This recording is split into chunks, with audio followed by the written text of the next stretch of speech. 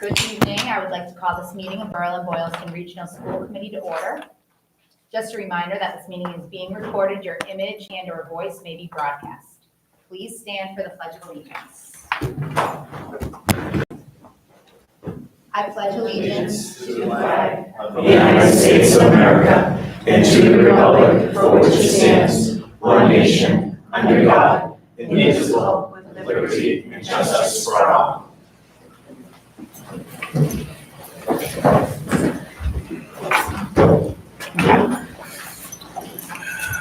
All right, we're going to roll right into public comment. Is there anyone here that would like to make a public comment? All right. I can go second. It doesn't matter. All right, Beth, why don't you go first? Okay. Welcome, Beth, and say your name and. I am Beth Mancini from Berlin. Thanks. I just want to make a comment on the voting on the health and wellness policy. I just wanted to say, I think the implementation of the health and wellness policy in terms of the stringent rules for a la carte snacks, while it's well-intentioned, might not result in the desired outcome. Reducing what can be sold and purchased down to a formula relying on calories and percentages will most likely result in smaller packages that the kids will buy more of. And I'm mostly talking about Tohoto. I don't know if anyone's familiar with the whole a la carte at Tohoto, the big thing with that crowd. Many students purchase these snacks not to be consumed at lunch, but for after school before sports and activities. Many appropriate, healthier, protein-rich, non-perishable snacks, which I would love to see available, would not meet the current stringent standards. These high school students are already ordering double lunches to fill up to last through the day in practice, based on the formulas in place for the current school lunch. I'm not sure policing the snack bar is the best way to get the desired outcome. I would rather see more nutritious, shelf-stable snacks available for the kids to save for after school than see the policy put in place that would end up with kids buying 3 smaller packages of something to try and fill up. The snack bar is a cash-free service. Parents have to load the account and put money on it for anyone to buy anything from it. And once the parents log in, they can see everything your child has purchased. So if you're unhappy that they're purchasing something, you can just not put money on their account and opt out that way. So that's my 2 cents on that. Thank you. Thank you. Okay. All right. Hi, my name is Peter Doherty. I'm an English teacher and the English department chair at Tohoto. About to start year number 29, 32 overall. So a long time at this. Great. I was actually here to talk about policy ILD regarding the surveys, but I see that had been moved from this agenda to a later agenda. From what I understand, it was moved because the policy subcommittee did not have a chance to meet during the summer. Which I'm actually excited about that, because as I wrote in my letter that I read to you back in June, I would love the opportunity to meet with the policy subcommittee. And I've met with Steve Pacheco, the history department chair, and Danielle Rinker, who is a history teacher, who specifically deals with the Civic Action Project, to sit down and just have a conversation with the policy subcommittee about the impact that language will have on our students and their ability to research topics of their choosing without any type of restrictions placed upon them that policy would do. And again, I met with Steve and Danielle, and they're more than willing to sit down and have those conversations so we can have, just hash all that out about the impact it's going to have not only in the Civic Action Project, but also tangentially upon our, specifically our gay and trans population, that this policy seems to be specifically looking at topics that they may wish to explore, because that survey that went out last year about these things wanted to explore the bullying and harassment that those students undergo here at Tohoto. And it's not a new thing. It's been happening for years. I've had a good long conversation with a former student of ours, a good friend of mine, Nick Mandela, class president in 2005. He talked to me openly about his experiences here at Tohoto back then, knew in 7th grade he was gay, was terrified to come out because of the harassment that he had seen another one of his gay friends go through. And he said to me, Peter, he's like, I didn't have anybody in that building I felt safe coming out to.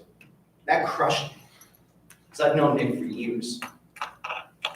And so this is a very real issue that one of our students wanted to explore and ask the question, if you identify as a member of the LGBTQ plus community here at Tohoto, and if so, have you undergone harassment? If not, have you witnessed it? That was the survey.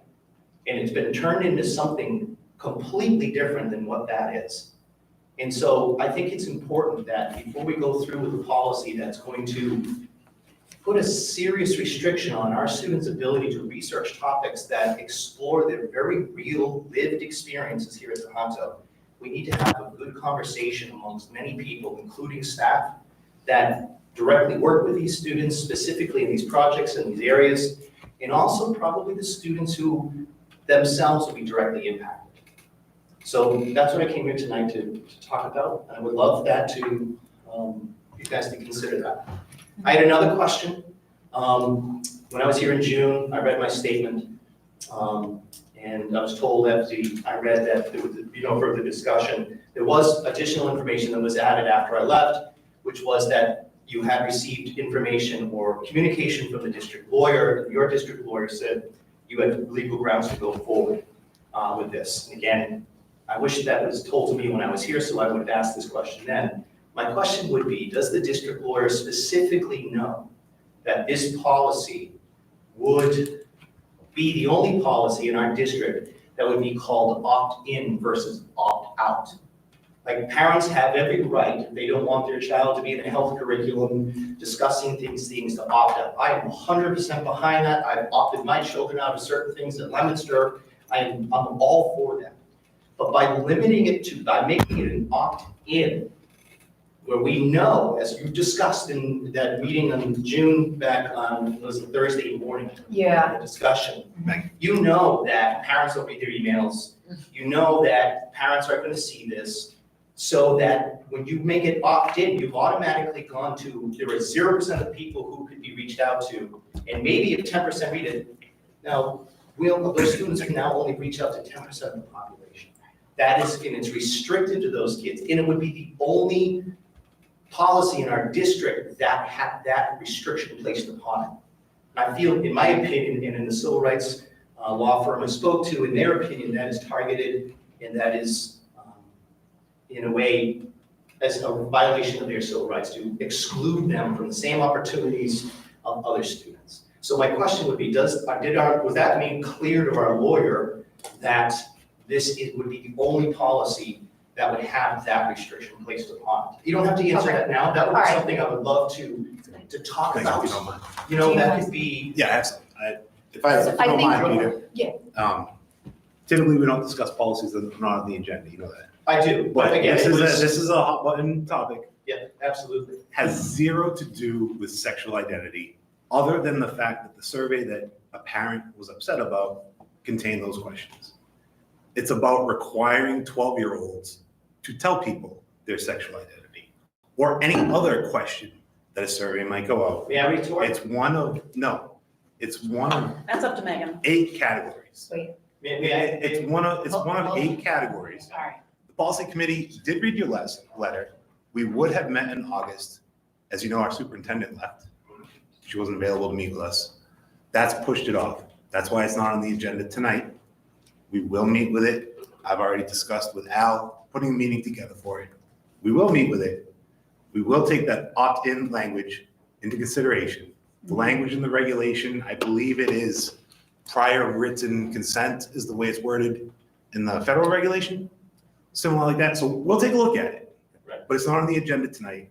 So And it sounds like, to me, through the chair, Yeah. it sounds like that we're going to have a subcommittee meeting, and it sounds like you're asking if you could go to that meeting, and it looks like it's okay for you to attend that meeting, obviously, because it's a public It's a meeting. public meeting. So I know this is public comment, so we appreciate what you said, and we'll certainly, I'm sure they'll consider it when they have the The subcommittee. one issue I take, and because I've heard Mike say this multiple times, is required, no student is required to answer anything. There is no the survey requirement. was marked required in questions on the survey. But it's. I could pull up the survey if you'd That's like. fine, but that's been addressed. There's no survey. Right, it's been addressed. All right, That's why all we're right, gonna put a policy all in right. place. This All right, all right, So all right, all right, all right. it's public Yeah. comment, not public Okay, conversation. so this is a Basically, great, just remember that. I appreciate the back and forth, and I think let's keep it at the policy subcommittee meeting, and then when we have it on the agenda, It's not up for vote tonight. sorry, Yep. I should have emailed you and let you know that we moved it, so I'm really sorry No, about it's that. okay. I appreciate it.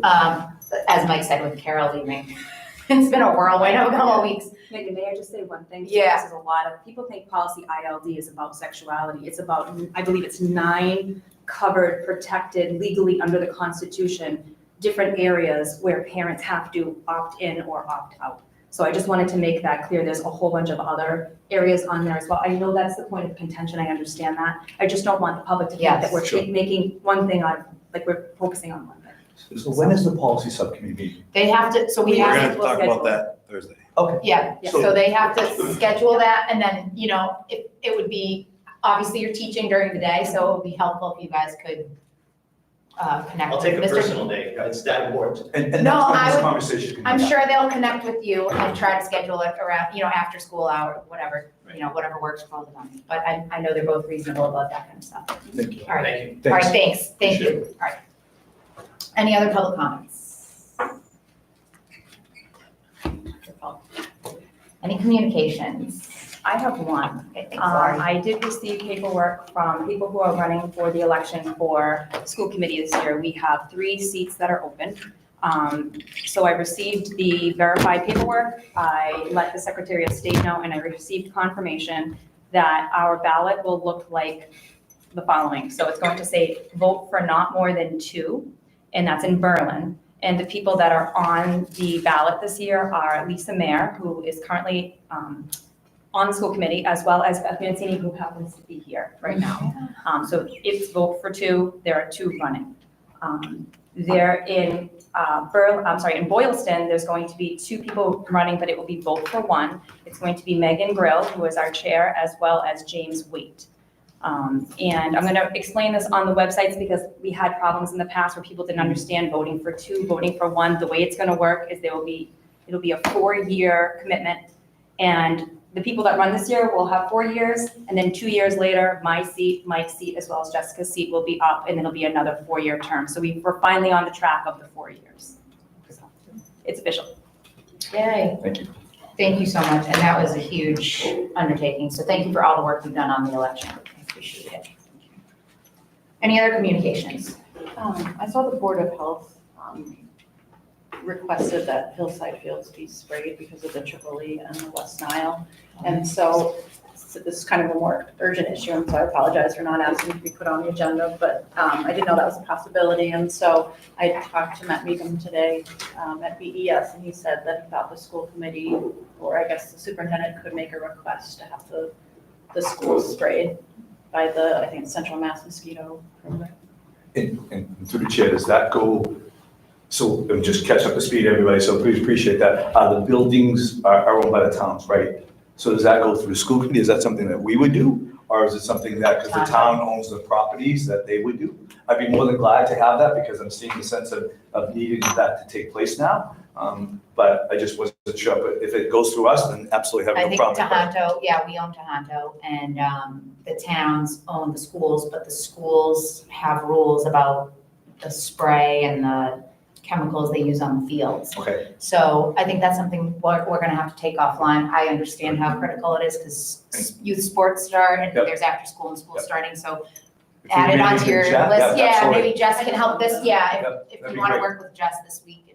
And Because It it's was so really easy timely, to make a right? request. Yeah, Central Mass, I did it for my house. It was Yep. quick. Can I also be included in that conversation? Because I have some additional information that might be relevant.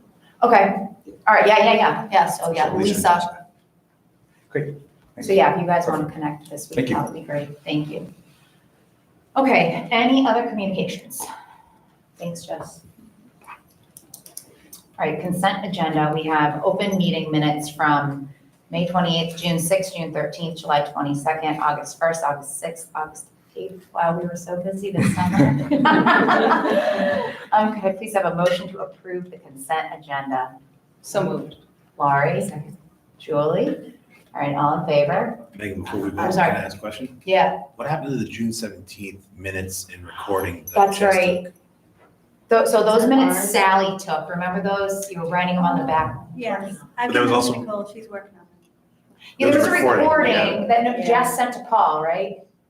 No, so because Brittany couldn't come, it was a voice recording, and I was having trouble over the whole summer getting to her. And finally, I found a format that just recently she was able to get a hold of. Oh, Brittany. Yeah, Brittany. So it was a fairly lengthy meeting, so I was wondering if those voice recordings could be submitted as the minutes to that, because it was a fairly detailed review of the, I did take notes and gave them to Nicole, she's just working on it. So if you can get those minutes or the voice recording to Nicole. no, she has those recordings. Yeah, so Sorry. that's what I thought is that, no, my This is a friend, subcommittee meeting. Did you No. you videoed? you videoed that meeting and you gave it to Paul. No, I uploaded it to At Brittany. EMS. Okay, whoever it went to, is Yeah, it went to Brittany. online It somewhere? should be It's not. online. Is it online somewhere?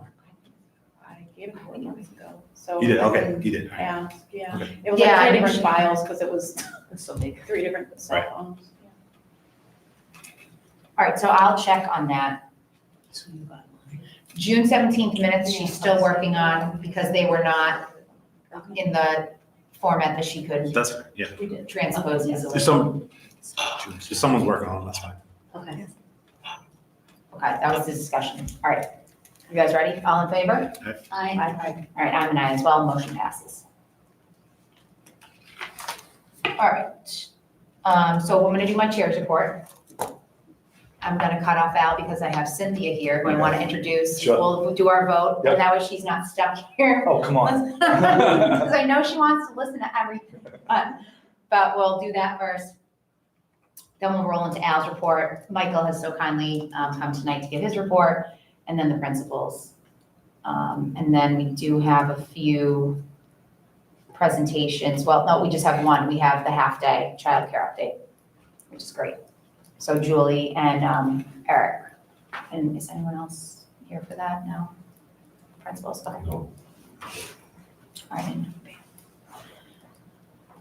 Okay, great. So real brief, I wanted to say 3 things tonight. So first off, as everyone knows, Carol is officially retired and we have Al here. So we're very excited. Welcome, Al. Thank you. And we are also so grateful for the huge chunk of Carol's career that she committed to this district. And I wish her well. Second, I know there have been a lot of grumblings on Facebook and from parents about the buses and the lunch menu. And I hear you, and my request is to just be patient. We have a lot of change going on right now, and I think it's gonna be great. We have Al coming on. From what I've learned since I've worked with him, I think he's gonna do some wonderful things for this district. The business office, what we did is we had a consulting company come in, and we were trying to keep our costs reasonable. So we have this lovely man, Michael Wood, who was only supposed to be working part-time, who ended up coming in and giving us so much time, as well as other people from the consulting company. So that's the situation with the buses, where we have leads on full-time candidates that are gonna come in and work in the business office. It just takes some time, and as everyone knows, summer is kind of that period where things stand still. So I just ask respectfully for patience and grace. I know it's frustrating. And if you have questions or concerns, the best way is to email Al or the school committee. And, usually day-to-day operations, that's Al. So, School committee's policy, budget, and oversight of Al. So if you're not getting anywhere with Al or your principals, then you come to us. But usually, we've got some great principals, we've got a great superintendent. So I think, if there's specific issues about buses or the lunch menu or whatever it is, route those through the principals, and just remember, we're in that tumultuous change period. I think within the next month or 2, things are gonna get a little bit absolutely. more consistent. Okay, last thing I want to talk about was today, we had the MSBA, which is the Massachusetts School Business Building Association. So we had applied for a grant from the state to help with the cost of the new roof for Boylston Elementary. And we were selected to be interviewed. And the state came today, they walked through the building with Mrs. Sykes, Al, and our facilities crew. We went up on the roof. So we are really, really hopeful that, Which was a feat of itself. going that was a up. feat for itself, Not so yeah. much going up, but coming down. Yeah, It was the a ladder whole was different- broken, they had like literally a little bungee cord on there. But we helped each other up and down. for sure. Yep. So it was great. So I wanted to let everyone know, yeah, it is great. I wanted to let everyone know this was something Carol and I had applied for with the committee's help and permission back in March. We had the help of Boylston Select Board. Matt Meekum was a huge resource for us. And the town is fixing part of the roof right now, but we're really hoping that we're gonna get some funding from the state to redo the roof of this building. So really hopeful, we're gonna find out by the end of October, and we'll keep everyone posted. But really good things kind of in the works right now. If I could just add to Yeah. that. So it's quite the process going through the MSBA and working with them, right? So getting yourself into that networking of that is a huge piece. And, hopefully we'll have success. What we did today, I think we gave them a great tour, really got to see what our school looks like and the investment the town is putting into our school, which is something that the MSBA wants to see. But certainly they can help us out financially, and also they're good to have those relationships start to develop. So in the future, right, if you need new doors, you need new windows, as things get older in our schools, that once you start developing those relationships and they see the things that you're going to put forward as a community, that's very helpful. So we're hoping we're going to get some good news back in October. We certainly laid out the red carpet today from Cindy, did a nice job as our principal, gave him some nice pastries and sat and had a conversation with him for a little while, but then they certainly got to see the building, how great it is, and what we need with that roof right now. I mean, it's certainly a concern, I think, of everybody there as well, too. So this is a good relationship that's starting to develop, and hopefully it will flower into something more. Yeah. All right, so without further ado, so tonight, one of the votes we have is to approve a new district treasurer. So our district treasurer, Joe Michaelback, who has been our district treasurer for 17 years, is retiring. Again, a huge thank you to Joe. I think he came to us in retirement and he was working part-time for us as our district treasurer. So we've been very fortunate tonight to have, Al had a connection with Cynthia. I also had a connection with Cynthia. Full disclosure, we're second cousins. But she came forth and said she'd be interested in the job. So I'd like to introduce Cynthia to us. I believe her resume is in the drive. And tonight what we have to do is we have to vote on, we have to appoint her and determine a salary. So Cynthia, I don't know if you just want to say hi or. Hi, everyone. Nice to be here. Did anyone have any questions? I'm sure I don't want to get into her resume or details. Everyone had a chance to look at her resume. Did anyone have any questions? So just, Oh, go ahead. yeah, sorry, go ahead. Oh, no, he didn't. So Cynthia, her and I worked together at Veterinary Academy, right? So we're quite the team. She was sort of a business manager for Veterinary, and it certainly encompassed my role as the director of admissions as well too, working together the families. But she also oversaw all that financial piece as well too. Did a phenomenal job at Veterinary. So when there was an opportunity arose that our treasurer was leaving, certainly reached out. Cynthia, I think she'll be a great addition to our team and certainly start calming some of the waters that we have concerns about in the business office.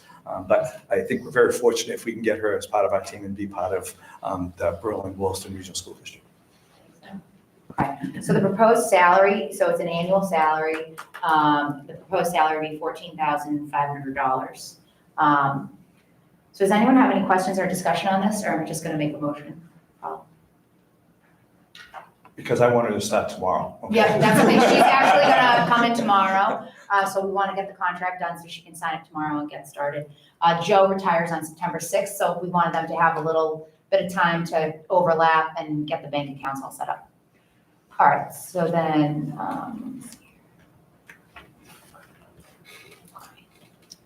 all right, so could I please have a motion to appoint Cynthia Henderson as our district treasurer? The contract period will be August 28th, 2024 through August 27th, 2025. And then we'll vote again next year. We vote every year on it. For an annual salary of $14,500. So Second, Jess and Julie. Any discussion on that? how How many hours a week is that position?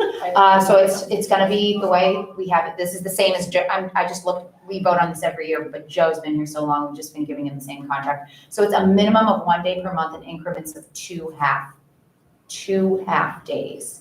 And she has to be available on call as needed. Like if there was an issue with the bank account, the bank would have to call, you know, they'd have to be able to be in touch with her, or Al would have to be in touch with her.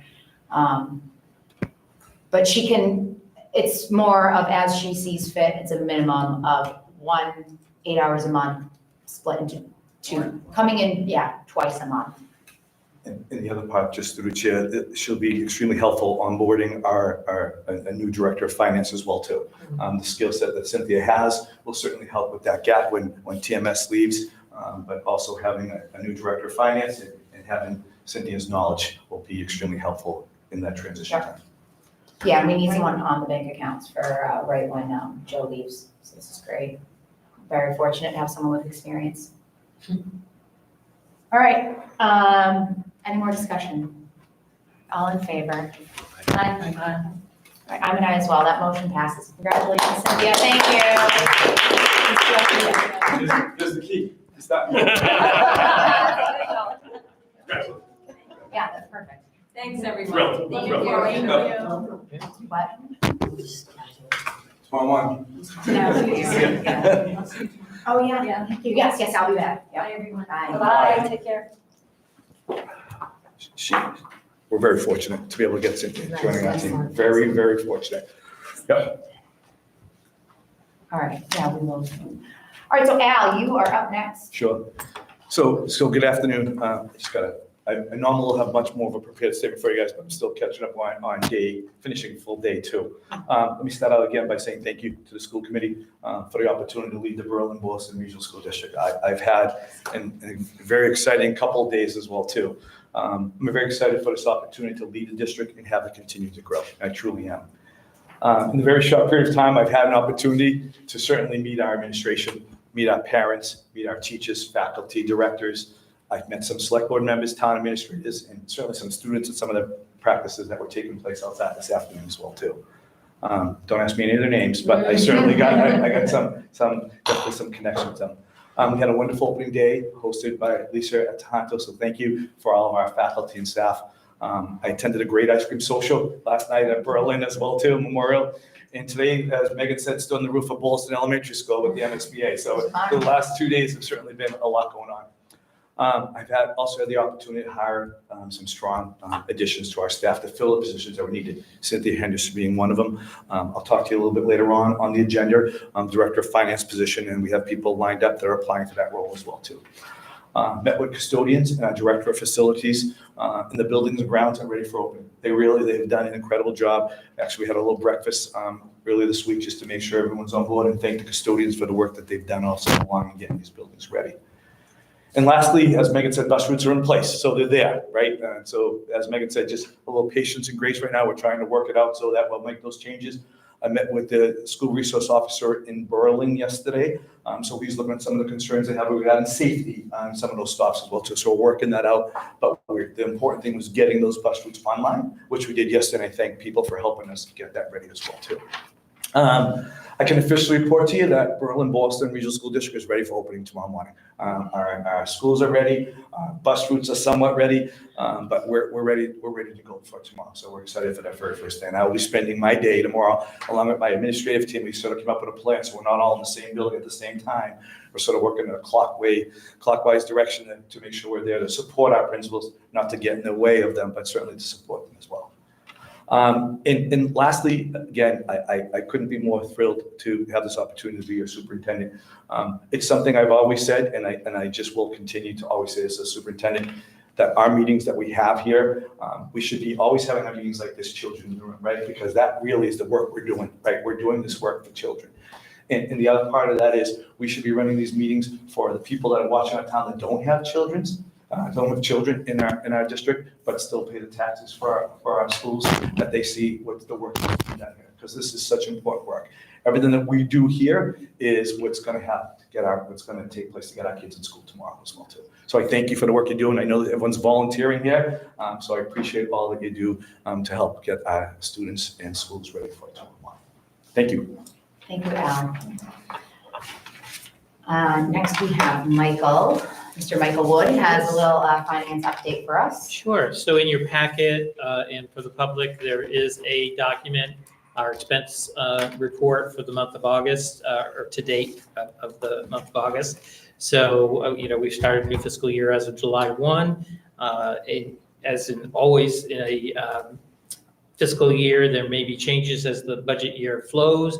We'll adjust some accounts as the or the next team will do some adjustments of the accounts as needed for new hiring and so forth to make sure the money is in the right accounts and so forth for the hiring of staff and so forth. But there is the reporting. We're in good shape for 2 months in the year, so it's always a good way to start the year. I think you're going to be in great shape for the entire fiscal year. Just a couple of things. You've mentioned buses. They are up there. The message that I'm telling parents that I've shared with principals and secretaries to tell parents is, the first 2 weeks are important. NRT is about safety first, obviously, but when they go through the Versatrans, it's about the efficiency as well. And they can only look at the routes as best they can with what they know about the geography of the area and so forth. And I believe you've only had them maybe 3 years, or maybe this is the second cycle. But concerns can certainly be emailed to principals or to my office or to the superintendent. We will forward those on to NRT and work directly with them. Where necessary, do site visits and so forth to make sure that we have agreement and understanding of the placement of those stops. As we've said, there may be some situations where we have a couple of missing students on those bus runs. If that's the case, certainly, look at the bus routes, know where the buses, the stops are, and go to the closest one to your house. And you can catch the bus there, and we'll iron out very quickly where they are. We did learn today how to use the bus app. So if you want to use that, we have somebody has great records, I think it was your secretary, Michelle. So we're a team. So pulling that together, it was really, really helpful.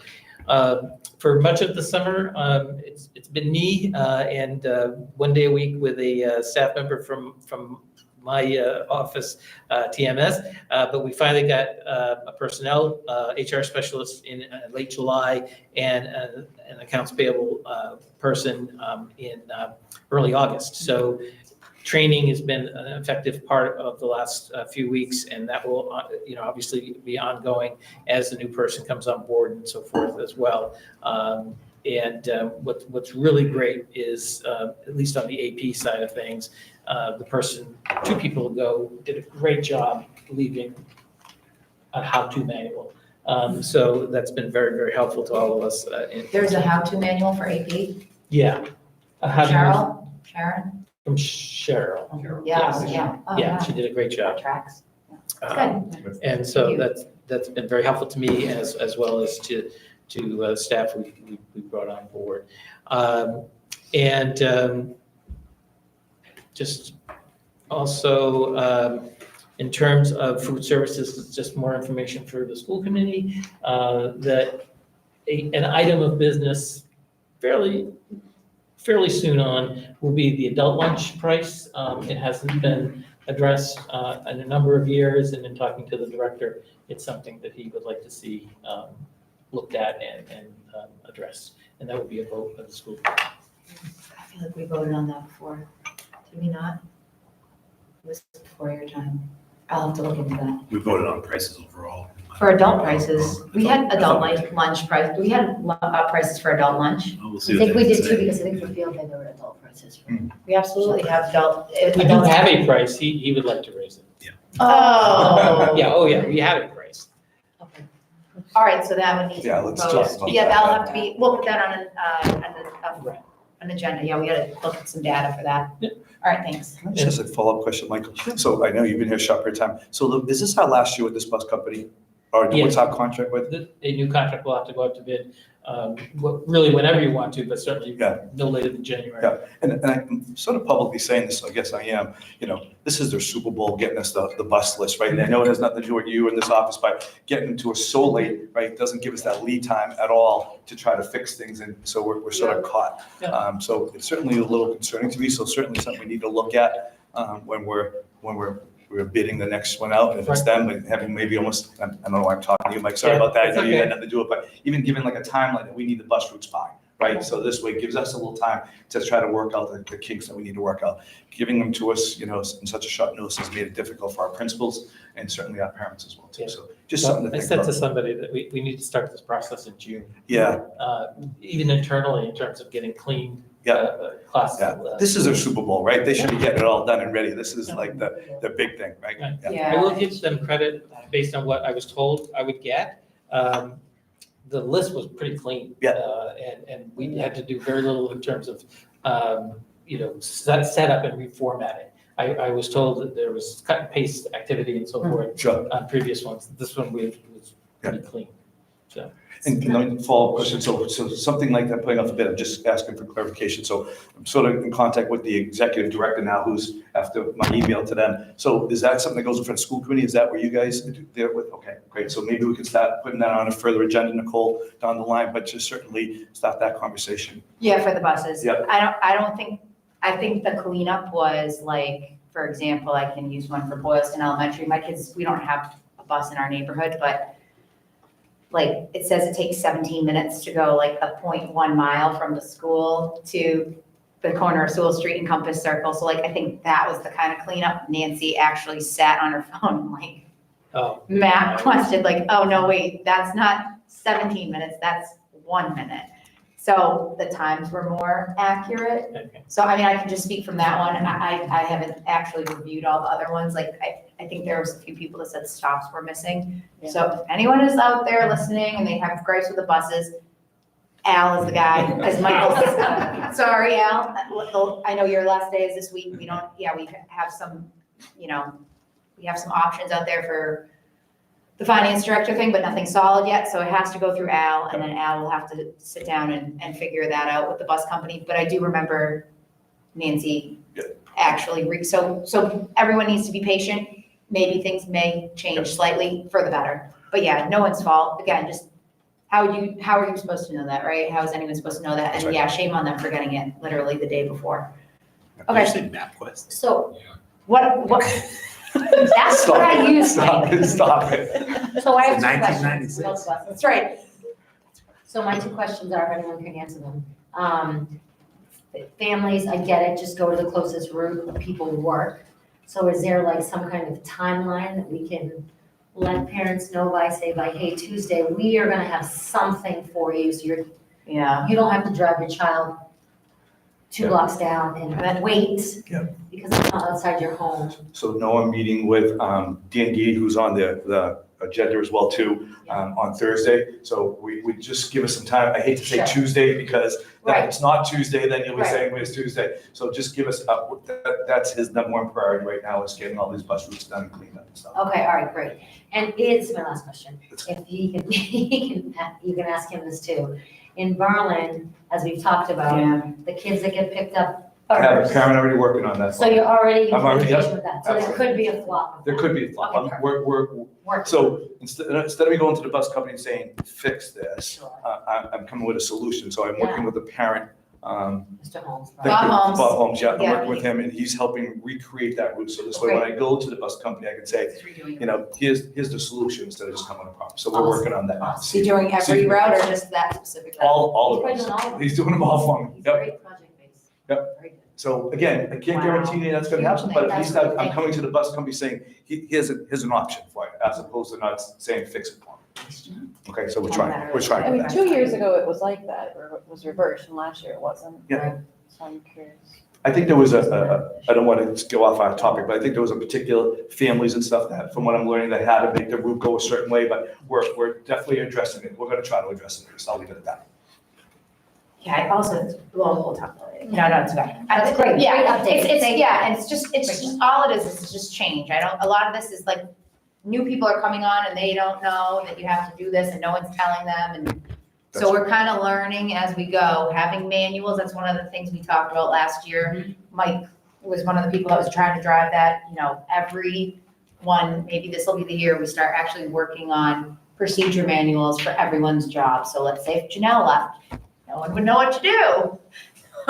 You know what I mean? We need to start documenting some of the processes so that when we have new people coming on. Cross-training. Yes, cross-training Definitely. or just documenting, like, this is what I do in my job, this is what I do. Because we're not always gonna have overlap. So Right. that's a huge thing. For small districts, that's a huge thing. All right, any other questions for Michael? Sorry. Yeah, do the bus drivers have any input? I mean, I feel like they know their routes. It's a great question. It's worth, they're good resources. They do. I mean, she read the person, our contact, our lead dispatcher, referenced that they've gone over the routes and some of her questions to me were because the drivers raised them. So I don't know where in the process, if it's the beginning or the end, but they do talk to the drivers. Great. All right, thank you. Cindy, would you like to go next? I would. First of all, thank you for allowing me this time to share some of the great things happening at PES this year.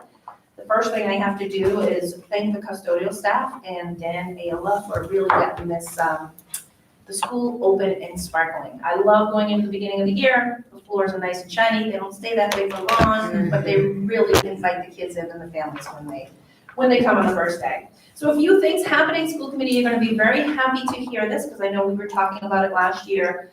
I have it in there as our newly reorganized PTO. They are no longer PTO or BEF or BEPTO, which I introduced you last year. They're now going to be BEC, which is the Boylston Education Collaborative. Ooh, fancy. I met them. They have some great ideas.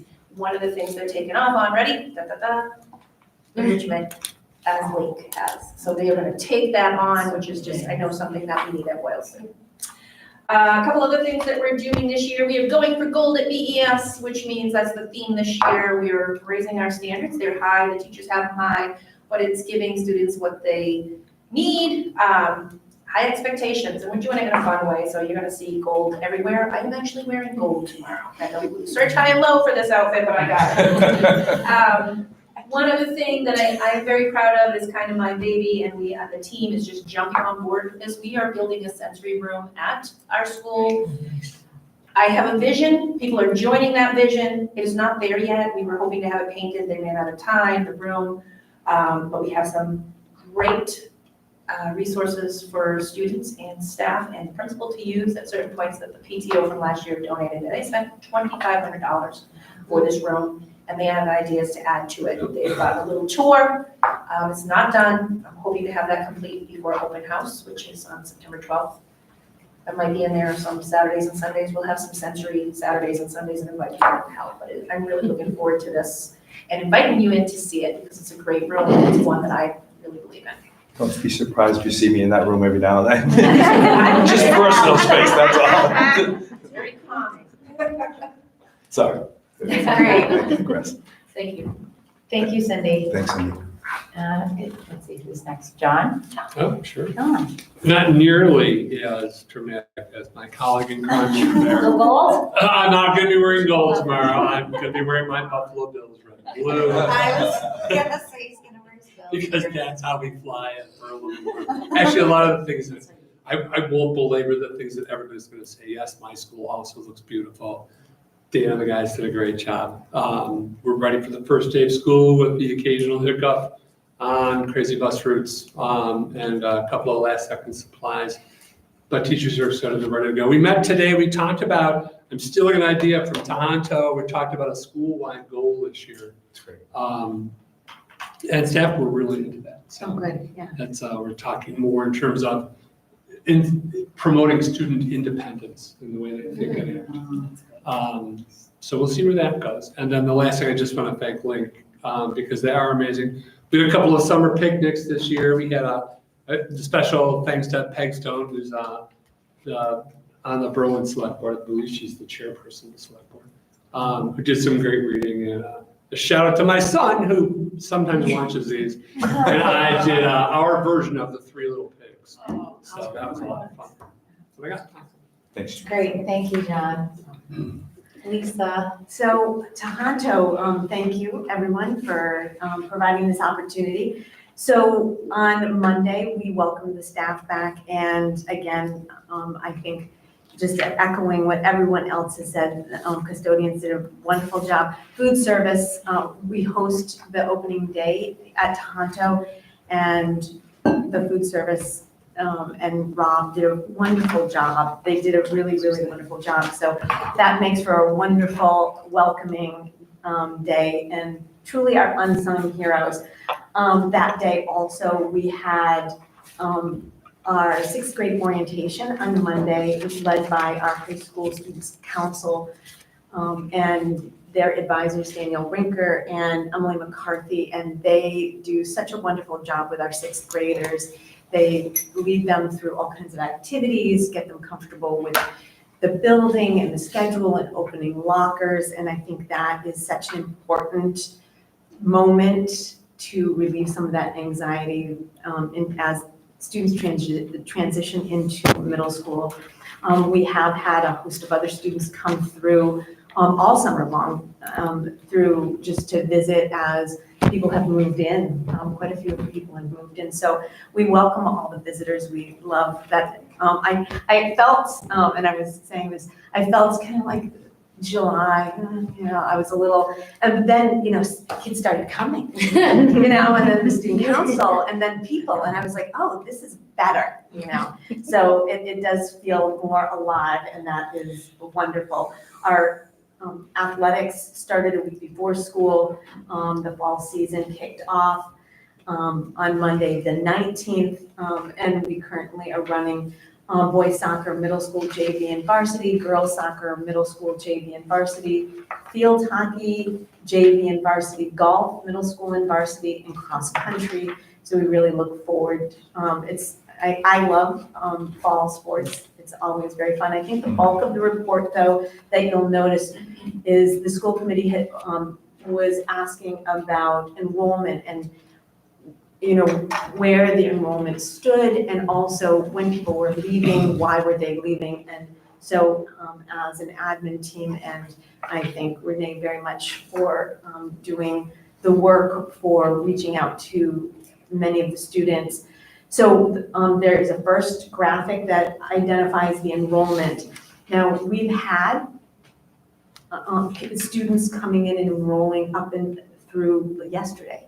So the numbers you have that were downloaded in a PDF might not be the current actual numbers. So in 6th grade, we have currently enrolled now at 77.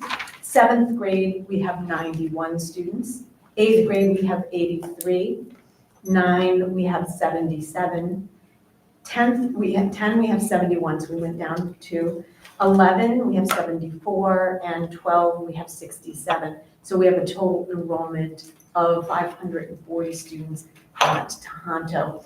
And there's a summary of an exit survey that we took, the number of students who exited each of the grades and kind of where they were going, and then further breakdown. So there was 2 graphics, a breakdown of generally where students were going, and then a little bit more like an appendix about additional information collected through the surveys. And there's a bar graph that shows that the bulk of our transition was in the 9th grade. And the new enrollment information, so the new students enrolling, but that was as of 8/20. So that's that has changed. So if there's any questions on that, I know you had time to digest that, but if you have any questions, I'm happy to, Renee and I are happy to speak to anything on those reports. Yeah, for the QCC for 11 and 12, is that dual enrollment or is Yes. that? Okay. I mean, there's three different programs. There's dual enrollment, there's Gateway, and there's ACE. So often, most of the students go through dual enrollment, and it really offers an incredible opportunity for our students to get a head start. Also, to get those general requirements taken care of at a low cost. And I think that is driving many of the decisions, that it becomes very cost effective. Those kids still take some classes at Tohoto or everything's at QCC?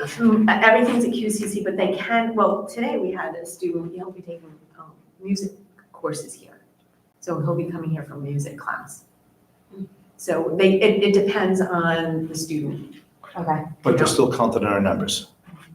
Excuse me? Sorry, through chair. They're still counted in our numbers, those students. Yes. Even though they're dual enrollment. Yes, that's correct, because they will graduate with us, they will graduate with the class, Yeah. and they still can participate in athletics and all our programming. And that's important for the financial piece of that as well too, right? Yes. Those numbers. Good, excellent. So for me, I wanted to say thank you because this is such good information. Yeah. I think it's really detailed, it's really thorough. I think it's good to, keep going with it so you can start to see trends if there are any year over year, right? I do think it's also interesting, right? It's always so hard when you're looking at numbers because it depends on what graph you have or what sheet you have and who came in and who didn't. But the projected numbers that we had last school committee meeting to what we have ended up with are a lot lower, but if people move, they move. You don't have any control over it, which in a lot of these Ys, there's a lot of movement with families. Yes. Which I think is interesting rather than, didn't have what I needed at that school, wasn't giving me enough, that's. So I think this is great information, so thanks for doing it, Claire. Thanks. I think the next, oh, sorry, go If I ahead. may, Yeah, go ahead, Mike. I agree with Julie, there's good information in here. Some of the stuff, Lisa, you could probably start doing today to try to, we talk about fixing things and convincing people to stay. I see some here are leaving because there wasn't enough parent-teacher communication. Yes. Math and science, I know we just had a full-time math hire, right? Yes, So I assume you have plans in place right now to start fixing this today? yes. What are they? So with the parent communication, so we've discussed that at the team meetings for that specific, addressing those concerns. So, we've had meetings with the staff that we are concerned with. So that is the step. And I think we have templates, we've provided templates for staff as well. We're also looking at the open house and understanding that the conference and open house formats aren't necessarily productive for the middle school. So we're looking at having different formats. So I think something that's held us back, it has been a vision that all of the schools have to do the same thing all the time, when that doesn't always meet the needs of the families at each developmental level. We see that very clearly at the middle high school, where at the middle school, we're mobbed with students and families during open house and during conferences. And essentially, when you're in 11th and 12th grade, the families have already met most of the teachers. So it's a very different look. So looking at those models and making sure that those times are well spent and it's more based in engagement and communication. So with the full-time math teacher, you announced Monday the full-time athletic director position. I know you mentioned the sports that are going on now, but I was gonna wait for a couple months maybe to ask you this question, but what's gonna change in the athletic program now that there's a full-time athletic director that we can look forward to? So when there's a couple things that actually I just had this conversation with Matt today about some of the goals that I would like to, because just as educators have goals, administrators have goals as well. And so one of the areas, so coach evaluations are important to me, and we need to put a system in place for evaluating coaches. I want the athletic handbook revised. That hasn't been revised in a very long time, and that needs to be revised. And I also want to look at team building and engagement through the teams. And we had Kyle Cares, which is a program that really highlights leadership roles within teams so that our student athletes become community leaders. So I'm really kind of looking at those three things right now. Cool. It's great. Thank you. There's so much out there that we could talk about that, right? Yeah. For some of our athletes, right? You talk about, sorry, through the chair. Yeah. Talk about service learning, right? Not community service, but service learning, right? And that they decide what they want to do as a team or a group of athletes, how they want to give back to the community. So that's certainly something our athletic director, that'd be great. Thanks, Mark. Thanks, Lisa. Thank you, it's great. Janelle? Sure. So my brief report reflected some of the highlights from the People Personnel Office over the summer, which included welcoming some new staff and really celebrating the addition of a second occupational therapist to the district, which we're very grateful that the budgets allowed us to do that and the community support to do that. That was so much needed, so thank you. Also, our extended school year, I note that for the first time, we actually held our extended school year program here at Tohoto. In all recent history, it is alternated between the elementary schools, and just based on planned work in the elementary schools, we held it here at Tohoto. We have debriefed on the feedback from that, what worked well and what didn't, and we'll be talking about that again in the winter to decide where those services will be held in the summer of 2025. Submitted our grants. As expected, those have been submitted. The IDEA grants, which are referred to as the 240 and the 262 grants, came out to a total of $320,935. Those are submitted.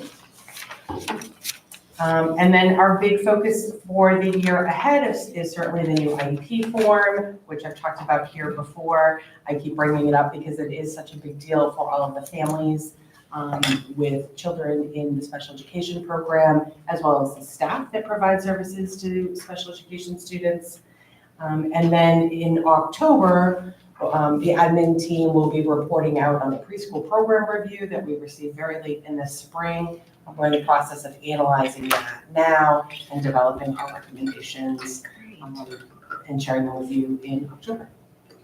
It's great, so we'll touch base and then we can get that on the agenda, because I know a lot of people, there was a lot of questions around adding a full-day preschool and Sure. been anticipating to see how the results of And this. certainly connects to the budget, right? So we want to Of make sure course. that we get it in there Yeah. before that budget cycle. So if it doesn't work for October, of course, you'll let us know where it fits. Yeah. But we do want to be mindful of the budget cycle as well. Yeah, it's great, thank you. Thanks. Did anyone have any questions for Janelle? No, thank you. All right, awesome, thanks. Sally? Sure, so to piggyback off of what Janelle was talking about with grants, I recently submitted my application for the ESSA grants, which stands for Every Student Succeeds Acts. This involves Title I, which funds our Title I programming. We also have a Title II-A grant, which we use for professional development for our staff. And we also have a Title IV grant, which we use funds for, we've been using it for our Portrait of a Graduate initiative, and we'd like to extend that to strategic planning this year. I do have allocations, but since it hasn't been approved yet, I just didn't publish it yet, but I'm certainly happy to do that in the next report. We also had our new staff orientation last Friday, and that took place at Tohoto Regional from 8 to 2 for new teachers and paraprofessionals.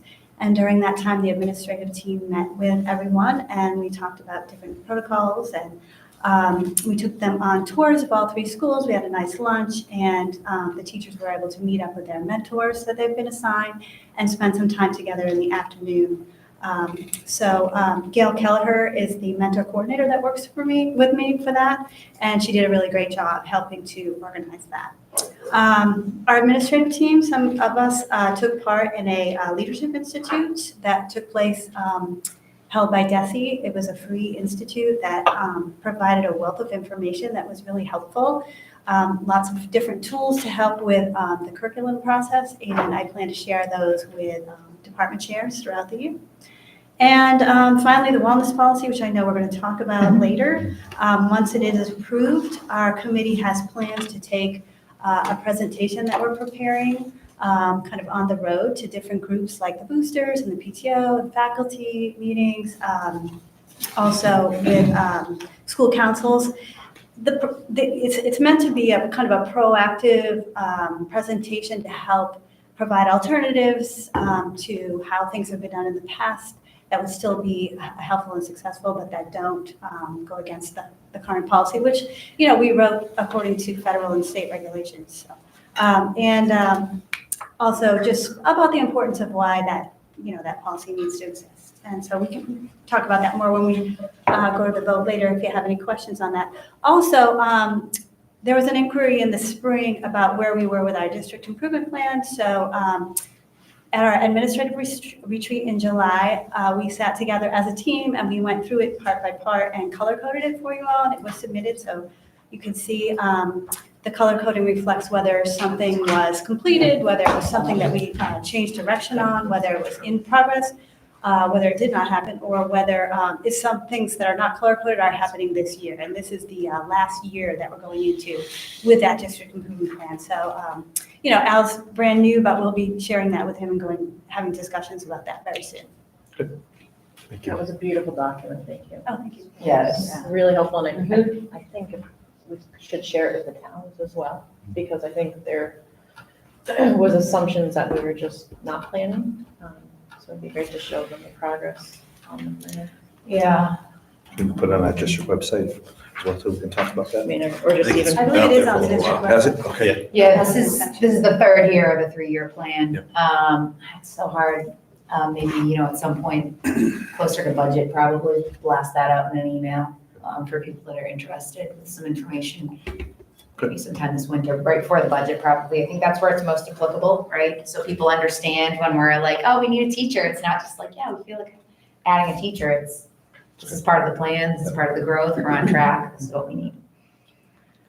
Okay, great. Paul. So I know there were some questions about the wellness policy, but let's let Paul do his report. I think we have Eric and Julie are going to present on the half days, and then we will we'll do the other votes, and then we'll do some wellness questions. All right, go ahead, Paul. Good evening. Thank you. Apologize first of all for being a little late. I had COVID and then actually took a couple of days off. So sorry for it being a touch late. We had the report. First, again, just updates on end of year from last year. Just to, you know, up that we, you know, met all deadlines for all state reporting, SIMS, EPIMS, SSCS, SSDR. Summer projects included getting 250 Chromebooks ready, as well as 160 iPads. If you get a chance at some point at Tohoto to stop in and see the new music tech lab, Mr. Glant would be glad to like show it off. I'm sure. We were also able to do installs in 16 rooms across the 3 schools with projectors, and the camera update at Tohoto is again 95% complete. They're waiting on a couple parts to get 2 last cameras on board. One other item that came in today, the walkie-talkies are in progress, but they were able to deliver kind of like our basic need. We needed to add some more at each of the schools. That happened today. And again, I'm not a big radio person, but for folks that may or may not know, like getting radios nowadays is a 8 to 12 week ordeal. and so we were lucky enough to get stuff forward so that would have in place for first day of school. And I gotta thank Peter Goby from Beltronics. I think he maybe borrowed some from a few places that he maybe shouldn't have borrowed them from, so that we made sure we got them, but we appreciate that because it made life easier for the principals to get school started tomorrow. Paul, can I just ask a question? So are the radios all connected through buildings or just individuals of buildings alone? Currently, just building to building. We're Okay. working on, there is infrastructure to be able to go beyond, so that'll be kind of like phase 2. Okay. But, yeah. Okay, excellent, thanks. Great, thank you. Does anyone have questions for Paul?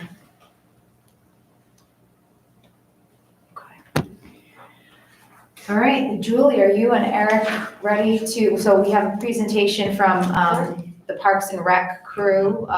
Eric is from Boylston, and Julie is on the Parks and Rec crew in Berlin. And so this presentation is gonna kind of outline what they have been working on this summer for childcare on the half days. I think we have, what, 7 half days this school year.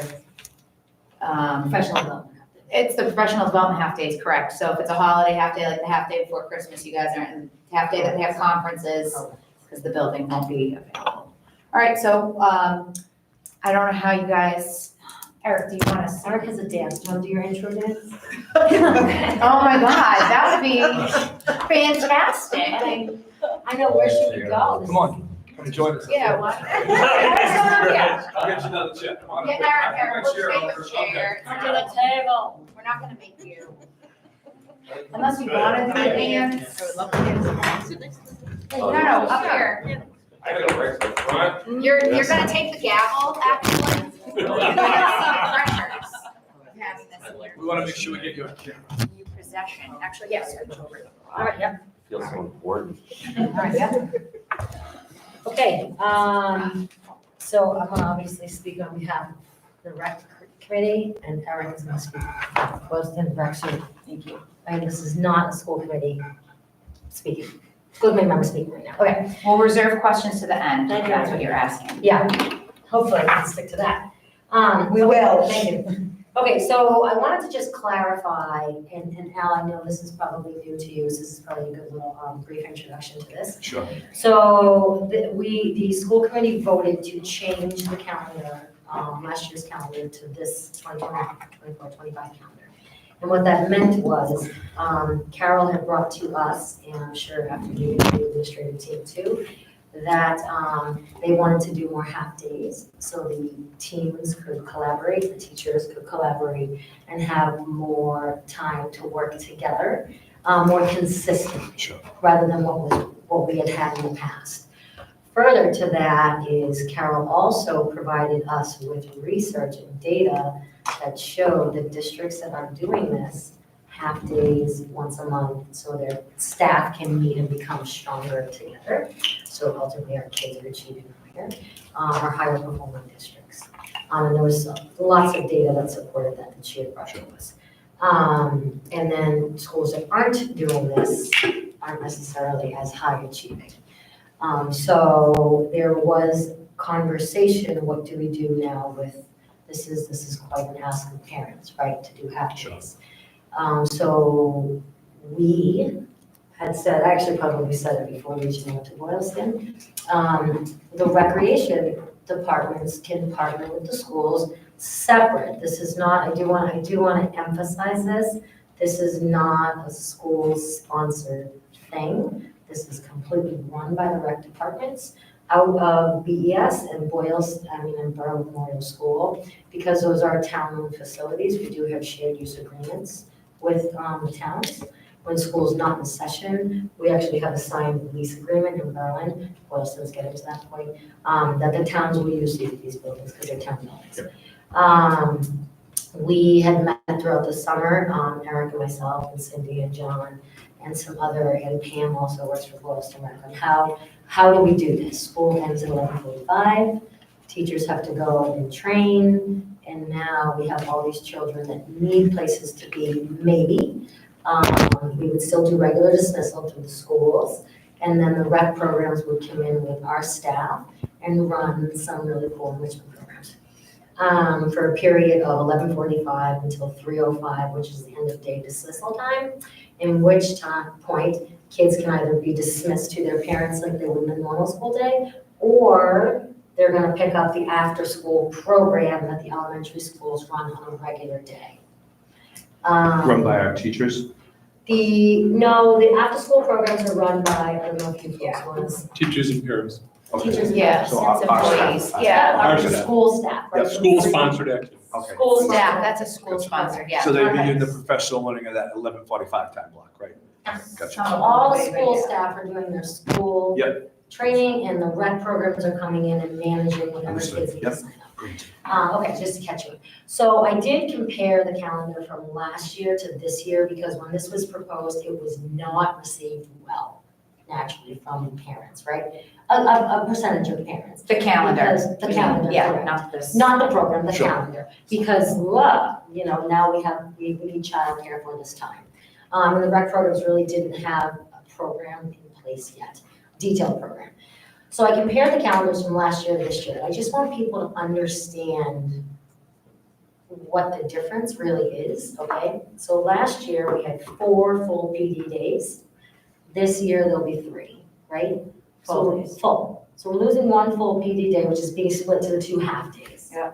Right? So parents would have to do childcare for those 4 full PD days.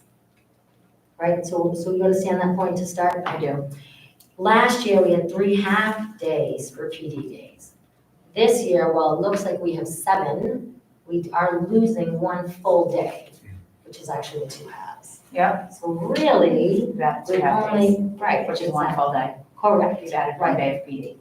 Correct. We're not adding, it looks on paper like, oh my gosh, if you look at all those yellows, that's a lot going on there. And it is alarming at first sight. If you take a deep breath, compare the calendars, we see that a full day was shifted into 2 half days and we added 2 more to benefit the staff, right? So that they can better prepare our kids. It makes sense. Okay, but that's where we come in now.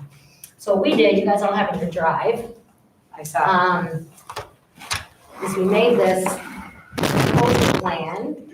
All right. I don't know if, you guys can all see it. You probably don't. So basically what it outlines is the time we would start, the dates that it's offered. So we'll clean this up. We are going to, once this gets support from the committee, we are going to put this on our website. We're going to post it to social media. We can put it in the principal newsletters. We can get this in, we'll use Tahanto too, because we're going to need staff to work this. We're gonna get this information out to as many people certainly as possible, yes? Okay, so what this will look like is on those half days, school runs, and then at dismissal time, the elementary schools will do their regular dismissal, almost like we're running just like an after-school program. However, we'll work with the elementary schools, however they want to dismiss those children to the rec programs, that will be up to them because that's a bigger moving part that they should manage in their building. I would say we'll probably go last because you'll probably get up to dismissals through. And then what we did was we created this little description of kind of what the day looks like. So it's a 3-hour and 15-minute block. And what we would do was for the first hour and, I think I did 10 minutes. We'll do lunch with the kids and then we'll do recess. Because remember, these kids haven't done recess because they've been in school all day. So we'll feed them their lunch, we'll do the recess, and then we'll start their programming. The programming will be all sorts of things, which is what we do recreationally anyways. We'll do STEM programming, we'll do movement programming, I think we have sensory, we have puzzles, games, art, books, all kind of theme-based for the month. So like for October, it would be like pumpkins and ghosts, because they are elementary, right? Things of that nature. We would move the kids because we don't know how many children we're gonna have in this program. We did kind of have the conversation with Cindy. This was when John wanted to make this meeting, but how many kids are in the current after-school program at BES is sort of like an idea. And there are roughly 75 children. So if we mark that up by even up to 150 or 100, say in that range, we do have to have staff to student ratio. We're gonna follow the ACA standards, which are the American Camp Association standards, which it varies by age. So it's like 1 to 5 if they're 5 and 6-year-olds, or it's 1 to 10 if they're older than that. So we'll have all that. Once we get the kids' ages, we'll be able to manage all the staffing. What else?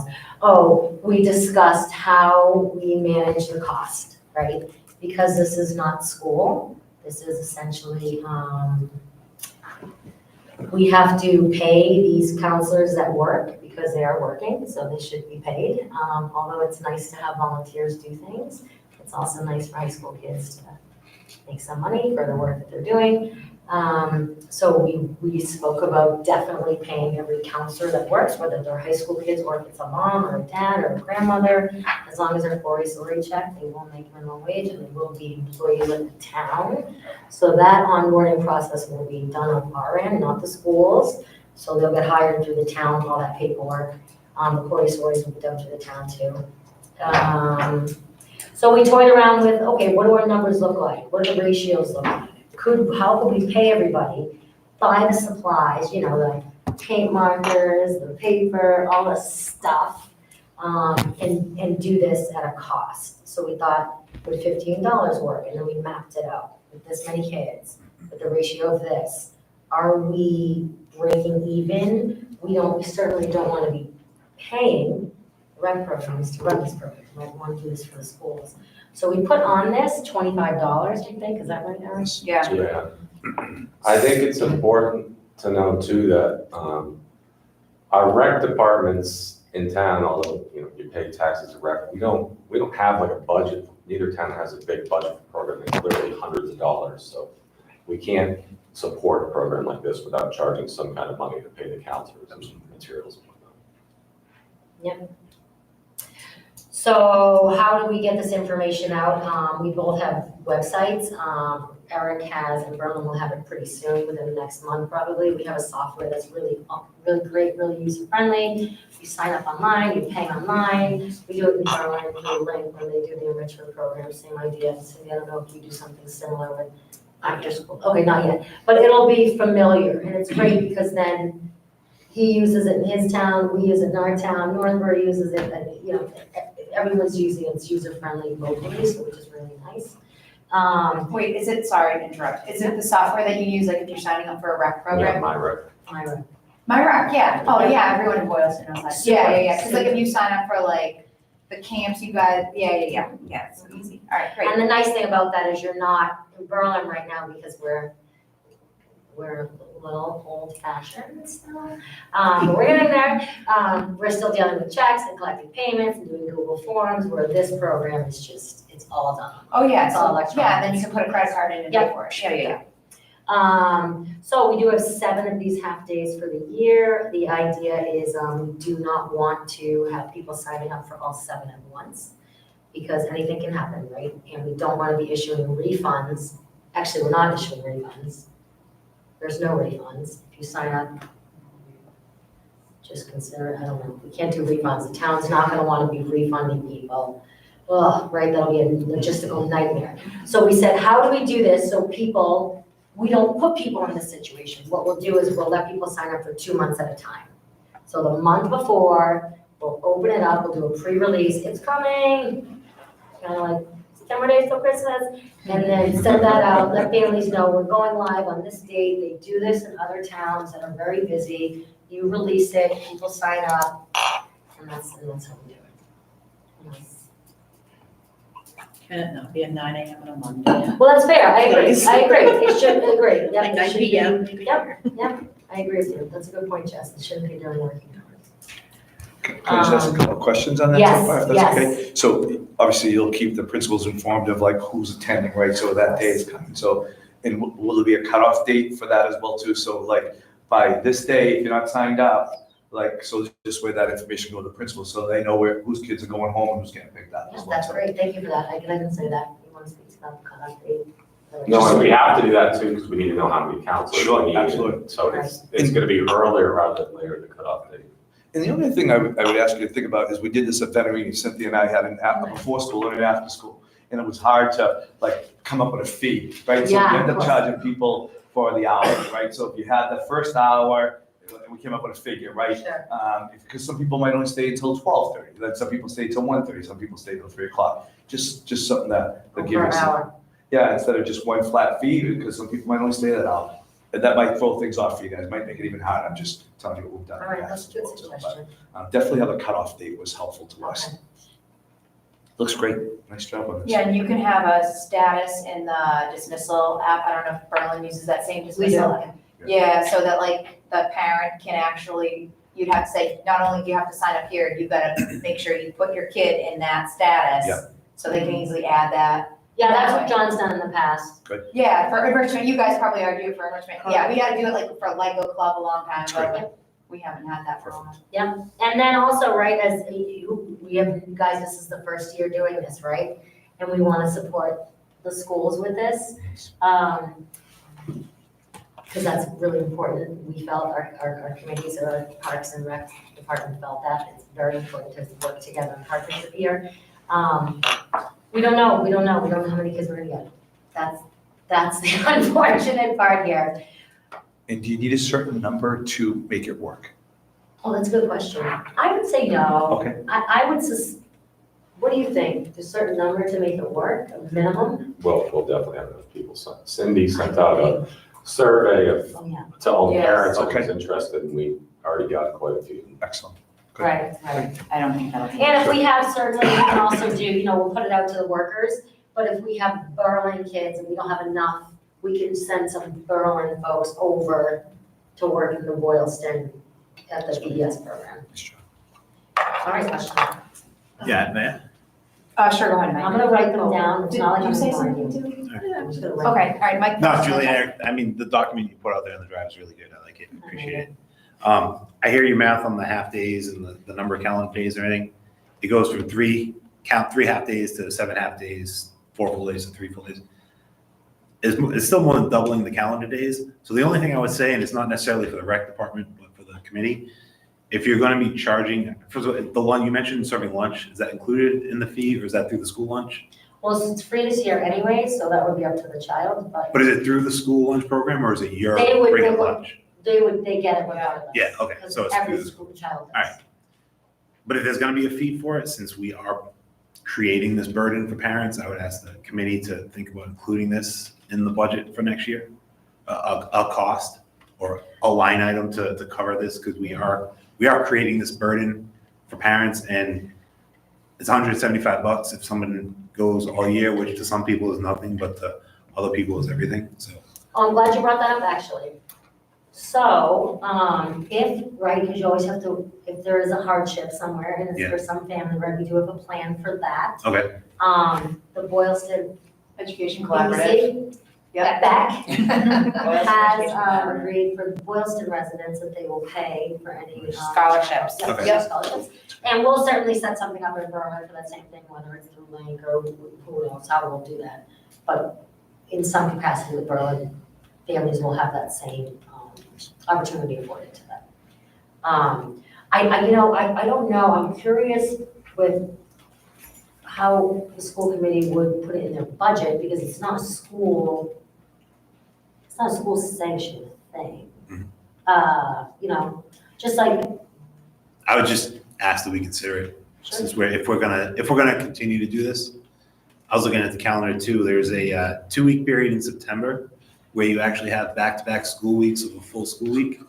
And then you don't have another full back-to-back full school week until February, where you have one. what? And then it's not until May where you have another one. So every single week, there is a full half or holiday, school day, other than 2 periods.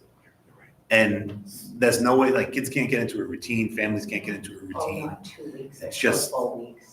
I see. It's difficult. So, There's single weeks that they have a full week, but there's and not 2 there's weeks. no 10 days in a row of school. I get what you're saying. Until March, probably. It's hard to create a routine, especially for younger kids and, I don't know, older kids, maybe I'll find that out in a few years, but.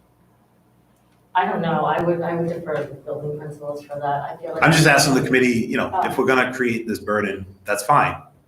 But can we consider maybe covering the cost in some way? If we can't, we can't, but let's just bring it up. John, did you want to say? Just real quick, as you're thinking about that, if you use school district point where you make it a school-sponsored event, and then you're gonna run into special education costs and some other complications. It's just, when you get to that discussion, let's think. Actually, that's a good question. So learning some information through the para negotiations. What if a student that needs to attend this does need some sort of one-on-one attention that they would normally have during the school day? And it's not a school sponsored. How's that gonna be handled? So they're out of luck. So We actually have one volunteer in Boylston that's already volunteered yet, so. Yeah, which is great. Yeah. A concern would be, because we do have some students, right, who may be there during the school day and then accessing the after-school program, and we can't allow their disability to become a barrier to participate in this program. I know, but I know, it's so tricky, and we certainly do not want to exclude anybody. However, that's a school, after-school activity is affiliated with the school, so there's different parameters with that, right, as you know? Yeah, and because also, we would not have any knowledge of anybody's plan, because that's a privacy issue that we would never have information about, right? I think that I interpret it a little bit differently, and I think that, what qualifies as a school-sponsored event or a school-sponsored activity, there's a little bit of, it's kind of a gray area. I agree. And I feel like there's some features here that fall into what would be a school-sponsored activity and some that fall out. And I know that none of us want to exclude any of our students from being able to participate, and I know that that's not the interest of the room. So I think, we could probably just look at the list of students that are signing up and internally make arrangements, for those students. And I think we could probably be creative to make sure that everybody can participate, and that doesn't become a barrier. Because we do indeed have some students that, if we weren't able to provide them with appropriate support, it would be a barrier to them attending and participating. Sure, all right, that's perfect. Through Megan, to the chair. Yeah. So I completely agree with you. I know we keep saying, well, it's not a school-sponsored event, but look who's discussing it right here. It is our whole school committee making decisions on this, right? So as much as we want to say it's not a school-sponsored event, it really is, because we're having these conversations in school committee. So I think we really need to be looking at those students that would need that. So I think the sooner we get this information out to parents and say, sign up if you want, the quicker we can look at staffing for that as well too. Because I really agree with you that I think this is underneath the perimeters, the way we're approaching this as a school-sponsored event.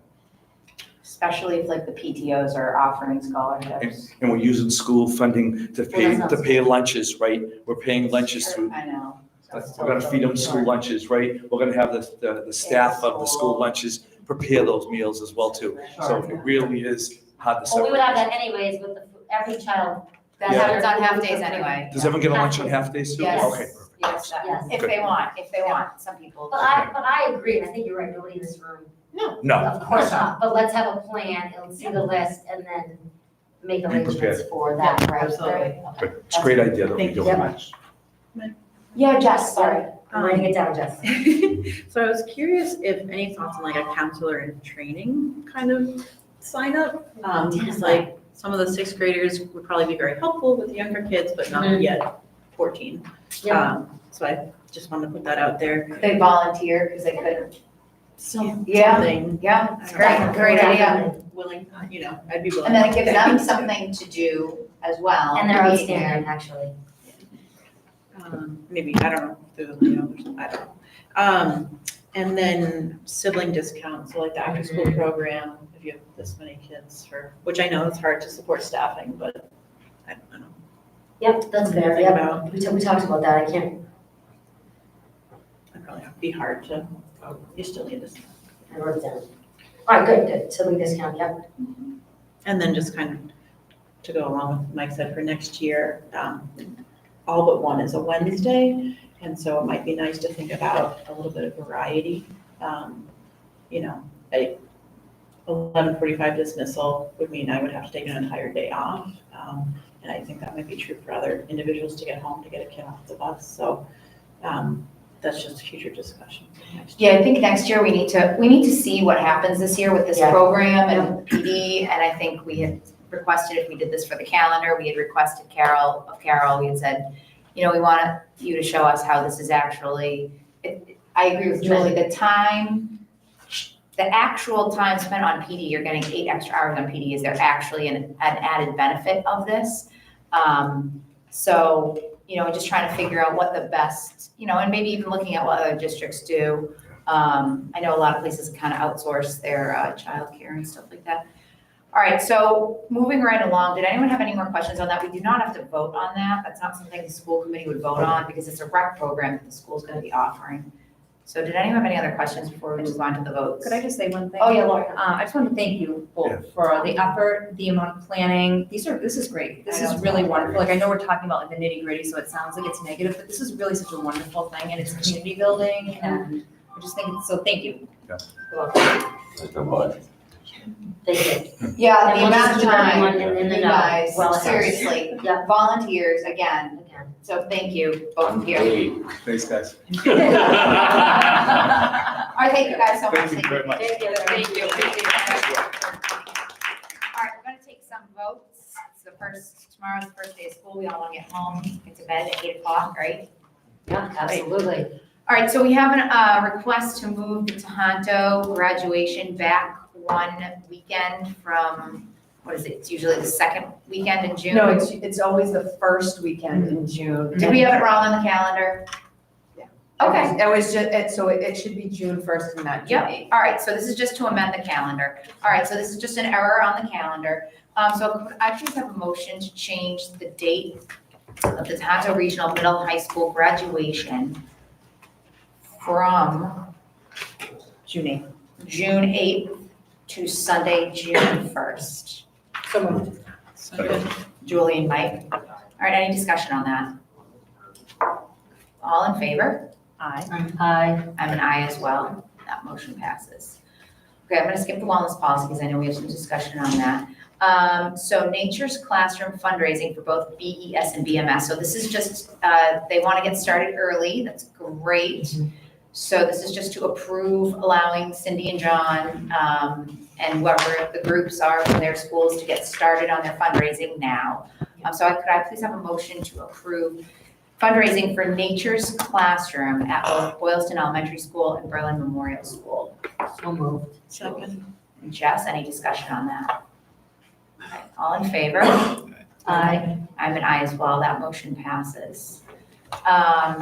Okay, so we have the Tohoto Regional Middle High School handbook out there.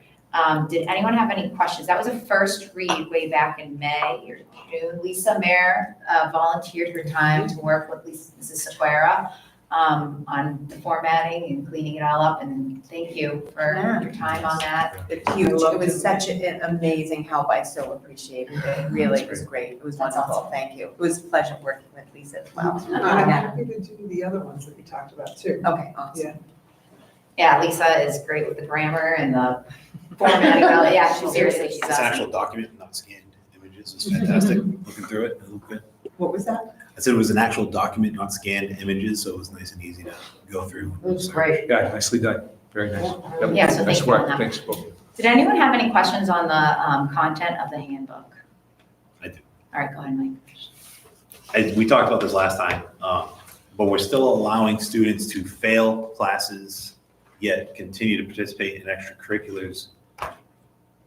I see that still in there. I don't necessarily agree with that. I also noticed the section about the senior privileges. It specifically says in order to use your senior privileges, you cannot have any failing grades. So why seniors can't have failing grades, but athletes can, I think as a school, we should be promoting, not celebrating failure, but promoting, if a kid's gonna fail, do the work to help them get the passing grade before participating in extracurriculars. I don't agree with that personally. So that, that part of the handbook is consistent with MIA policy, so we're just consistent with Massachusetts. So that's like the minimum, right? But we talked Monday, we're good, but we want to be better. Right. I can't imagine a student's failing a class and instead of going to a teacher for extra help, hey, you better get on the field and practice. It just seems counter to what we're trying to do. So, and I think that it's a good point. I think there are a couple things to consider and to think about, that we are looking at having, looking at those students who might be struggling in athletics and having them spend time after school prior to practice. And with a full-time athletic director, that can be coordinated much easier to do that as well. We don't have many students, because students who, fail courses often are not participating in sports. For the student who may be failing a course, maybe athletics is really the only thing that is getting them to school. And I would say that we were following the MIA rules. I would hate to not allow that opportunity for a student who may have a particular hurdle in a particular topic in school. They may be struggling in an area. I would hate for them not to be able to participate in athletics because of one hurdle. And if that student was a senior, he couldn't have their senior, or she couldn't have their senior privileges, but they couldn't play sports. What are the senior privileges? The senior privilege is to be to sign out, like if they have a study hall at the end of the day, they can sign out. Mhm. Or if they have a study hall at the beginning of the day, they can sign in late. And so it depends on their schedule. Many of our seniors have full schedules and don't have and actually don't have study halls that allow them to access that privilege because they're taking rigorous course loads, EP course loads. So if they do happen to have a study hall at the beginning of the day or at the end of the day, if they're passing all of their classes, they can sign out. But a student who's failing a class doesn't necessarily need to worry about that. He can go to practice or the game. It just seems counterintuitive to what we're trying to do. That's Lisa, what did you want to say? Oh, you know what, before we go into any more discussion, Laurie pointed something out. I should have made the motion first, and then we should do the discussion. All right, so, thank you, Laurie. So could I please have a motion to approve the Tohoto Regional Middle High School handbook? So moved. Second, Laurie and Julie. All right, now the discussion. Go ahead, Lisa. I just wanted to say, I think that dichotomy makes sense because physical activity is really good for your brain. Like it helps your brain to work better. So going to practice might actually help them do better in their classes. But leaving early on a school day, they might just go home and, watch TV or play on their phone or whatever. But if they have to sit there in the class, they might actually take that time to study. So I think it actually makes sense. Yeah. Yes, Jess. Yeah, so there's really good research on exercise being as effective as some medications for ADHD. And so I think a lot of kids that might be struggling class-wise might have that diagnosis that they're dealing with. Exercise is also a great treatment for depression and anxiety as well, which could also lead to difficulty in classroom attendance or classwork. So I think it's allowing them to do the sports along with extra support academically helps the student in the end. So I'm just noticing the parking rules, they're allowed one failing class as well. So I think what Mike's point is not that he's for or against it, but that the protocols don't match across. Because it looks like the parking, you can fail up to one class as well and still retain parking. It's the senior privileges. And I agree with you because exercise, I know a lot about depression, anxiety, exercise does help. But it's tough. It's really tough because if we're trying to make, if the education is the most important thing and that's what we're in charge of, it's something that might be worth looking at. So I should back up. It's not just sports that this covers, it's just extracurricular activities. Usually we just think of that as sports, but it could be whatever extracurricular activity you have. I feel like if you're failing, go past the class before you start doing extra. Me, I mean, can you get up to a D? they can get a D, Yeah, so, you can't be failing. right, so. So through the chair, Yes. does this have to be approved Yeah. for the first day of school? Well, this is, we never had one last for year. 2 years. Yeah, it would be nice. Because I think this is a a valuable conversation. Right. I think there is a little, like, we need to look at how that happens, right? I think, and again, I'm here to do the job this year, right? Probably not here to make friends, but I'd love to have this conversation with you, maybe using that athletic director. That's what we did in Hampton Wilbraham, right? So that now that's full-time. Again, not here to make friends, just here to do the job really well for you guys, but something that our athletic director did was held sort of like a study period before they went to practice, right? Yeah, Right, and that's what we've been talking about that. So that's it was a really good thing. So the kids, even though they were still could participate in the sport and they might have been failing, there was a period of time where they went to have a little bit of a study there, right? And a little bit of time to do some work or catch up. And then they went to their, and this is just something we did in Hampton Wilbraham. Not sure if we'll be successful there, but I think it's something that we certainly could have a conversation. And I'd like to have that conversation with you guys if you guys are okay with it. So what we could do, so you actually have a chance to meet with Lisa and like to. maybe make some changes that you could suggest. I mean, we could actually table this to September 10th. We're meeting again in 2 weeks. Sure.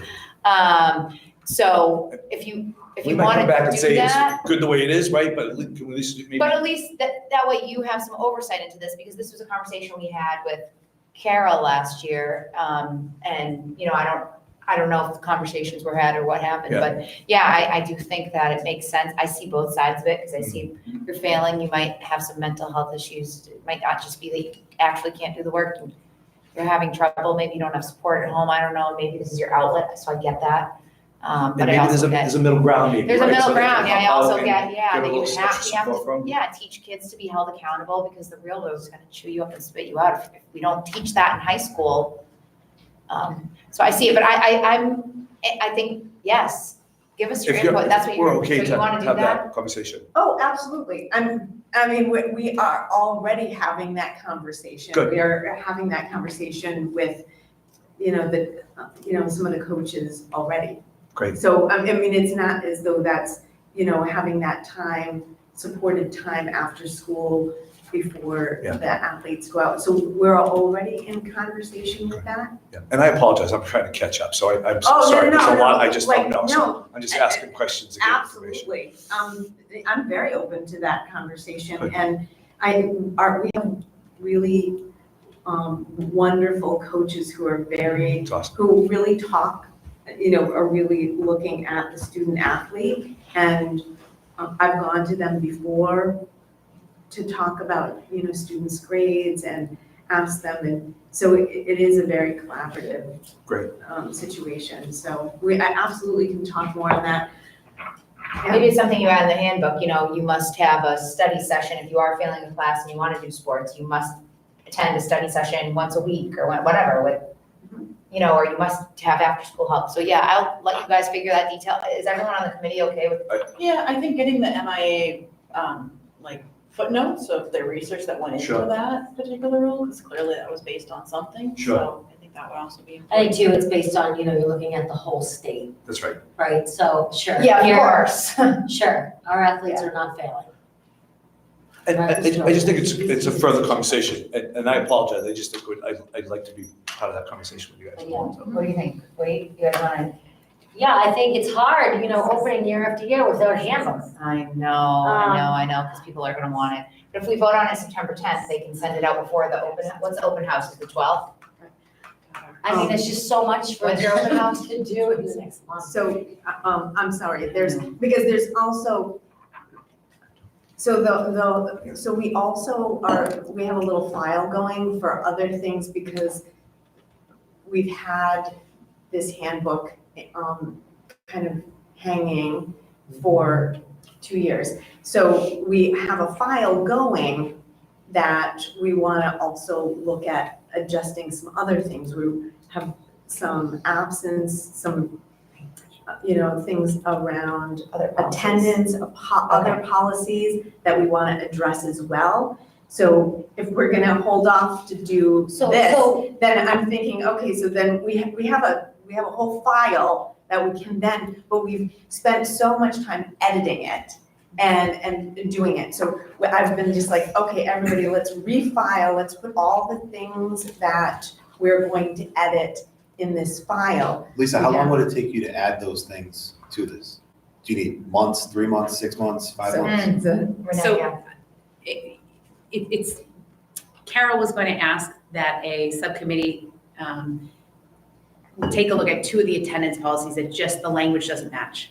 Of the policies. Of those policies, right? So that kind of subcommittee would need to happen first on attendance. The policy subcommittee would have to take those policies. To then make those policies match or delete one of those. Right. To then transfer into this handbook. Is this something we could approve for the fall semester and then you work on that and then we come back? And That's what I would approve it for suggest. Yeah, or just Approve it. approve it for this year and then it's something for, or you mean Right. for Just for the fall, fall fine, semester. all right. fall semester. I approve for the fall All right. semester, then we'll give. Is that something that would Right. work? And if we could also ask the school committee the policy subcommittee to look at your two attendance policies, because they're two different policies and they don't match. So once they match, then we can then also look at our things that we want to do and add changes to that. You said that to us tomorrow? And we'll start. We can send those policies. Yeah, send the attendance policies to Mike and Laurie. Yeah. All right, so the motion on the table is to approve the Tohoto Regional Middle High School handbook. It was seconded. We've discussed it. We need an amendment to this motion. Oh, yeah, go ahead, Lisa, One sorry. more thing to mention. Yeah. So in the one on the drive, it's Nancy Kaniski's name is highlighted as the finance director. So that change would have to be made to the one that everybody. That's looked at. perfect, I just wanted to because- say that. Yeah, that's perfect, because by after the fall semester, so like, we can we'll put this on the agenda, Lisa, Renee, for December. Yeah, sure. All right, Can we amend the motion to say it will have the name? Are we voting on someone next? no, I'm- we're not, Okay, no, okay. we're not gonna vote on him because he's Okay. just a part-time, he's Okay. not gonna actually be he's Okay, gonna come in that- almost that in a changes. consultant capacity, so that is not gonna have anything to do with school committee. Okay. So yeah, we're not gonna have a name probably for like a couple weeks, let's just say a month, right? So I think that's good, let's roll with it now, you could just leave it blank. Right, well, and the one, see, I don't have access to the drive, so did you update interim superintendent? No, No, so so- I have to do that. Megan, So- can I make a motion? Yes. Yeah, so the motion's on the I would table, it's been like- seconded, so you gotta amend my motion. I would like to make a motion to amend the motion to edit the document, to remove Nancy's name, remove Carol's name, add Al's name, add TBD for finance director, and to amend the vote to, for this to be in place through the spring semester only, fall semester only. Thank you. Is that good? All right, so there's an amendment on the table. Yes. All right, Julie seconded it. All right, any discussion on the amendment? All right, all in favor? Aye. Aye. I'm an aye as well. All right, so that amendment passes. So then the original motion is gonna be to approve the handbook with what we just approved. As amended. As amended. So I don't have to re-motion that, right? All right, so we're gonna take a vote on that unless there's discussion. Okay, all in favor? Aye. All right, I'm an aye as well. So you guys clear what you've got to do? You're just gonna change take Nancy out, put DPD, put Al's name in as interim. And this is good we'll vote on it in December. Okay, awesome, great. Nice job passing this. All right, so thanks Laurie for bringing that up. I wanted to say, so Dan Beatty, we talked about, we have this man, Dan Beatty, who has a lot of experience as an interim finance director. He's only able to give us a limited amount of time because he's retired and he does not have a waiver. So he is gonna come in and give us some hours to help us. As TMS transitions out, their contract is up at the end of the month. He's gonna kind of get us over that hump. We do have an applicant, I think, who hopefully we'll be able to interview. We're hoping to reconvene the committee we had in place in the summer. Because we did have applicants, we did interview, we just didn't find the right fit for this role. We're really looking for the perfect fit. So I think we don't need to vote on Dan. He's just somebody that the superintendent is gonna hire as a consultant or he's not really gonna be the finance director. He's just gonna be kind of a consultant to help us. And he's a retired director of finance for many, many years and worked in regional school districts, so he'll be able to help us in that gap.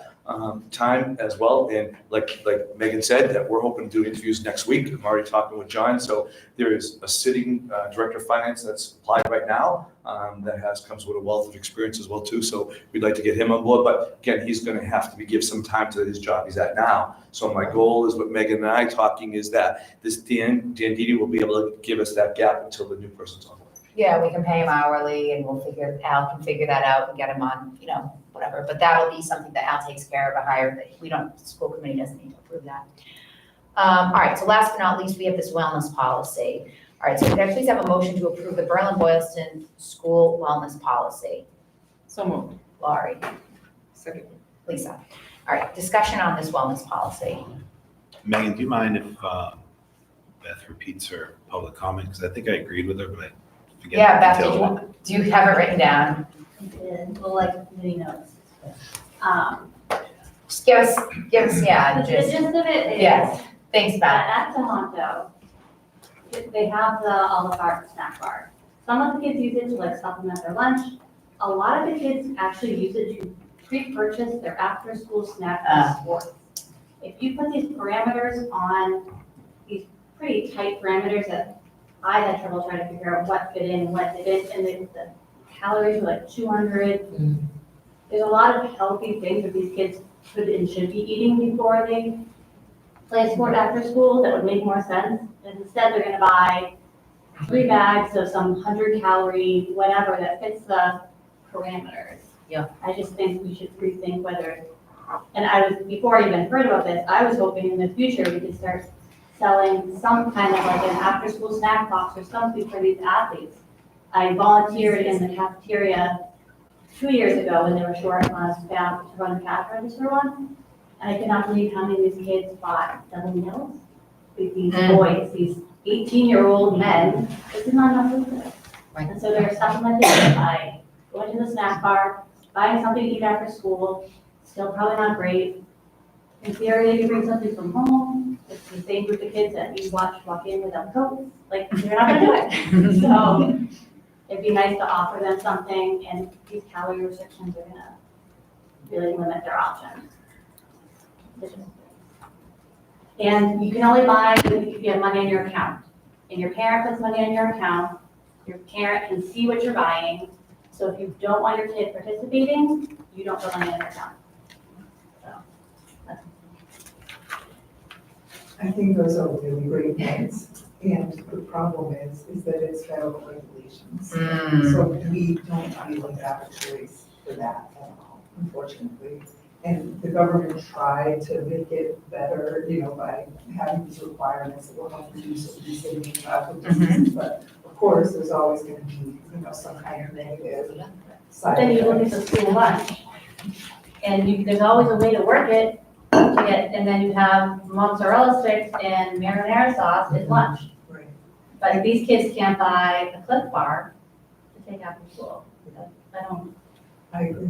I do agree. Yeah. I think I totally agree. We had talked about this in the spring, and we said how crazy it was too, like you can't even do fundraisers for this stuff. And yeah, we're like, oh, what's a healthy snack? Like, is a Pop-Tart a healthy snack? Right, like to your point, it's like those 100-calorie snack packs, like that are loaded with chemicals. You know what I mean? Are those, because they're only 100 calories, but they're like loaded with PhD and yeah, wheat thins, Pop-Tarts. Yeah, instead of like a Clif Bar or like my kids eat Z-Bar. So I totally agree with you that, yeah, that have like probably more calories because they have like whole foods in them. I agree. So what happens if it doesn't get approved?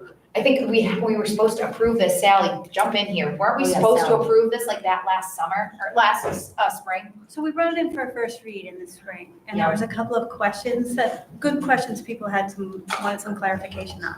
So we took it back to our committee in June, and Lisa and I worked on it a little bit over the summer. One of the questions had to do with, are we allowed to put out fundraising posters around school if the items don't fit the Smart Snack? Sure enough, we consulted with the wellness coaches that we collaborated with, that are from DESE. Yeah. And helped us write this whole policy using a special assessment tool to make sure we were including all the federal and state regulations. So that's why those items are all in there. It is true that we cannot, it's kind of funny rules, but and again, this is federal and state, but you can put, if you're going to do a fundraiser that involves food, because they don't have to involve food, right? And that's something we're gonna talk about in our presentations when we go around.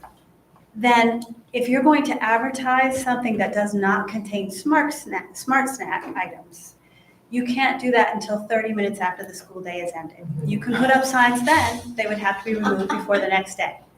Now, Rob Killen, who's our Director of Food Services, has agreed that he'd be happy to talk to any fundraising groups about what those smart snacks are, or how to work within the parameters so that you could still use some foods for fundraisers. But everything that we do have in there are, like I said, they are things that we are expected to have. So we did clarify that with some of our language in there, just to make it a little bit more clear. I'm curious, I'm sorry. if the food containing magazines don't come out of the book bags until home and aren't mentioned in those fundraisers, like I'm just thinking like the PTO one that was done this last year, like, you know, the cookie dough and all that, like if that doesn't appear to the child until it gets home, would that? No school property. Can't be on school property. Until after 30 minutes after the school day. And the school's distributing, and they're just trying to get the schools to stop promoting really unhealthy foods. I mean, that's fine, it just feels like, honestly, to me, and this is like what I do, but this is, I mean, It's not actually healthy. this is like the food pyramid from however long ago, Yeah. just in a different format. Like flavored milk is okay, low fat. What? Why is flavored low fat milk a smart snack? When it's not. But anyways, so what happens if it doesn't get approved? If Then we have, basically then, like, the policy that we have right now is out of compliance. Yeah, we're opening ourselves up to lawsuits then probably. And maybe Federal and losing state. funding because we get money. Right, is that Yeah. how this is? That's Free my lunch thought. for everybody right we now. need this policy to have the free. Yeah, I mean, and that's the thing about Is this, that and confirmed? Is that true? Yeah, I read that on the thing. And we understand, you know, we as That's a what they committee get. agree that some of this feels very Sure. strict, you Very know, strict. and this is, you know, but this is why we want to take this presentation we're working on, and I would have shared it with you now, but we would like to meet with the committee one more time in the fall to get their feedback and input before we finalize it. I'm certainly happy to share it with you later. But we got a lot of ideas from this conference that we went to where we were recognized as wellness champions, and I brought our banner in, it's over there if you'd like to see it. Oh, I saw the banner in It's on the Carol's table office. over there. Yeah, behind yeah, oh, yeah, she had them in her office. But they gave us a lot of great ideas for how we can work with people, because they said, you know, people are going to be concerned, they're going to be like, how do we work around this? And we understand that. And again, certainly it's not even, and I don't mean this to make light of the policy, but we put it out there so that we can promote healthy well-being for our students and not to be punitive necessarily. If people are not following it, it's a matter of educating them. It's not a punitive thing, you know, but it needs to exist. So And speaking it as of a tool for education. Right. Yeah, and inspiration, actually, of families, for everybody to just understand what's happening with the kids and their health and how we can do better. Yeah. Yeah, I agree with all that. Just when you put a policy in place with, you know, your snack has to be a quarter cup of whole grains with, you know, 30% good fats. I mean, how is that even measurable in the district? My thing would be, here we have this policy, and now what happens when we're not following the policy? Well, and that's what we were talking about. Then, you know, that's a matter of us educating those people that are not, so that we can, you know, get things to be followed. I mean, this is a The CIA will massive. show up. I mean, you know, like in the spring, we were walking through BMS and there was a popcorn party because they did something.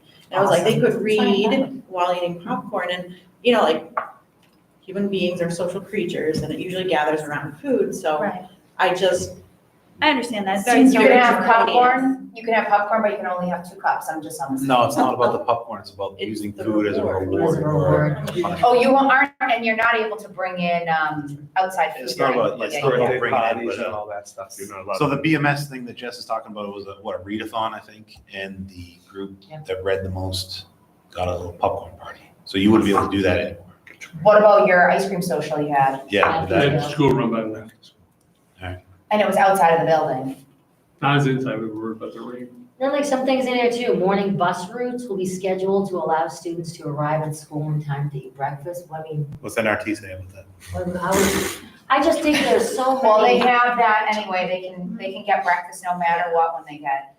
No, I get that, Yeah. but this is talking about morning bus routes will be scheduled to allow students to arrive at school in time to get breakfast. Right. Well, the schedule that we set, right, which we have in place. So just Students to do have reiterate, time just for to that. reiterate, because I remember this from the spring, because I remember we were all like. Yes, yeah. Basically, you took the laws that were handed to you from Massachusetts and the federal government, Yes. and you put them into an easily readable document. It's not anything that you two generated and Right. said, hey, we wanted this, this is what we are required to do Yes. by law. Yes. Thank you. I just wanted to make sure, like, I totally get what everybody's horror, but as I agree. we go through this on the policy committee all the time, we have to go through laws, and that's where, unfortunately, this is where we're at, and it does feel a lot like the food pyramid. And also tutoring clubs, organizational meetings, not during lunch period, isn't that when clubs take place? Unless they can eat. Unless they can eat Wow. during, have 20 minutes, yeah. Yeah, it's just making sure they're not missing time eating. I'm curious, like, so on page 4, in the 4th paragraph, it's talking about smart snacks and being, quote, sold to students. Let me just find it, sorry. Sorry, the PDF doesn't have the page number. I know, I noticed We're gonna that. add that. Okay, sweet. So if you go in the other file, it has. Oh, yeah, it says, when you scroll, it says the bottom, Yeah. page 4 and 14. Sorry. Where is it? I do like the kids' recess can't be taken for behavior. That's awesome. So this doesn't apply to anything after school, so this won't apply to sports clubs, so the physical activity as a punishment, you can't make a kid run extra laps for dropping the ball? Right. Okay, So, so you still can do that, actually? No, foods and beverages served or sold to students in before or after care, whether run by the school or an outside party, will meet A-list standards. So after school, they bring snacks, you're not gonna be, they have to be all on the smart Yeah. snacks. Like I know at BES, right, Mrs. McQueen used to go buy a bunch of snacks. They still have for the beginning year, sorry. Yeah, no, yeah, so they'll have to be on, in accordance with the smart Yes. snack guide. And there's a way around it. I've talked to Rob from, the company. Yeah. Company, he could provide those so that they do fit into that. So that's something. So that's perfect, that's great, that might actually alleviate some issue, and then that eliminates the whole expense reimbursement and all that, it's just coming right from the district. Yeah, I mean, I get it, trust me, but, at this point in time, Laurie, to your point, if this is the law, we need to be in compliance, because we need to, our jobs as school committee members too, we gotta make sure So is we're in there, compliance with all laws. for this law, is there a deadline? Because I remember the last time there was federal regulations around school lunch, there was a lot of noise about it, and I haven't heard anything. Is there a deadline to implement this? I mean, when we. I know you want to have it Yeah. in as soon as Yeah, you no, can, I but understand, and is that's a there, great, if it's that's a great federal law question, or state Michael. law, is there a Yeah. deadline? I mean, these laws are already in place. I mean, Okay. it's not like the coaches said, this needs to be done by a certain date, but this is what we're supposed to be doing. So they're in place and we haven't had this, so what happens to us since we haven't been in compliance? Well, luckily, nothing has happened so far, but, I don't, Yeah, it's. We don't wanna lose, we don't wanna lose free lunch. We don't. Through the chair, we're a little late too, but like we did this a couple of years ago, so this is not something that's just coming down. This is from a couple of years that this has been in place. we worked on this past year. Yes, Yeah. we were supposed to vote on this, I Yeah. think, and then so much of the budget. Right. Yeah, we had And we multiple. did have to clarify some questions for you. Sure. which, Right, right. And then summer happened, so, Yeah. that's why we're coming back to it now. All right. You guys- Jess has a question. Oh, go ahead, sorry, Jess, and then Yeah, let's vote. no, it's okay. So, it said smart snacks and nutrition standards apply to all food and beverages sold to students through district-sponsored fundraisers.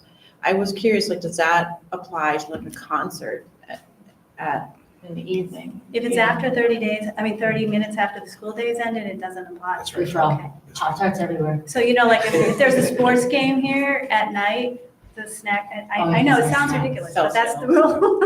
Oh, so you can still have your candy bar sales at After 30 minutes? basketball games, at like, when we come in here. But as long as I know it's- you don't, but I'm but just as saying. they long do. as it's like the PTO or not, Boosters. the boosters outside. Yeah, it can't be too. the school. Because it's, the time of day matters. And the purpose is to provide kids another option besides always putting food from, because that's, like you said, we're rewarded by food, right? A lot. That's how we are as society. So they're trying to say, here's another option during the school day, after school, you know, you can, you know. And that's why we're putting that presentation together. We have a lot of good ideas for alternative ways to fundraise. And like I said, Rob Killam is very happy to consult with anybody who does want to involve food for any kind of fundraising so that we do it the right way. Like for instance, even, you know, like one of the rules is about not competing with our kitchen, for instance. But, you know, when we talked about it with Rob said, well, you know, then we can just make sure that certain fundraisers don't happen at the same time when we're offering food. Then it's not a competition, you know, so there are ways around some of these things. And that's what we're going to be highlighting in our presentation that we go around to. So we just have to finish that out.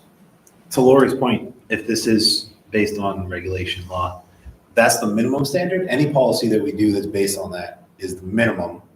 We can always add additional protections, allocations, whatever you want to call them. Yeah. So if we wanted to change, make change, I think this document even has a process for making changes, changing the committee, annual review. Yeah.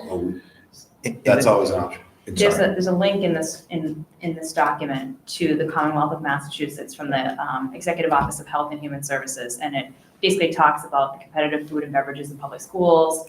There's another website, Switch, and it says at the bottom, in most places, the state regulation and the federal rule are in alignment. However, where there is a difference, schools must follow the stricter rule. Yeah.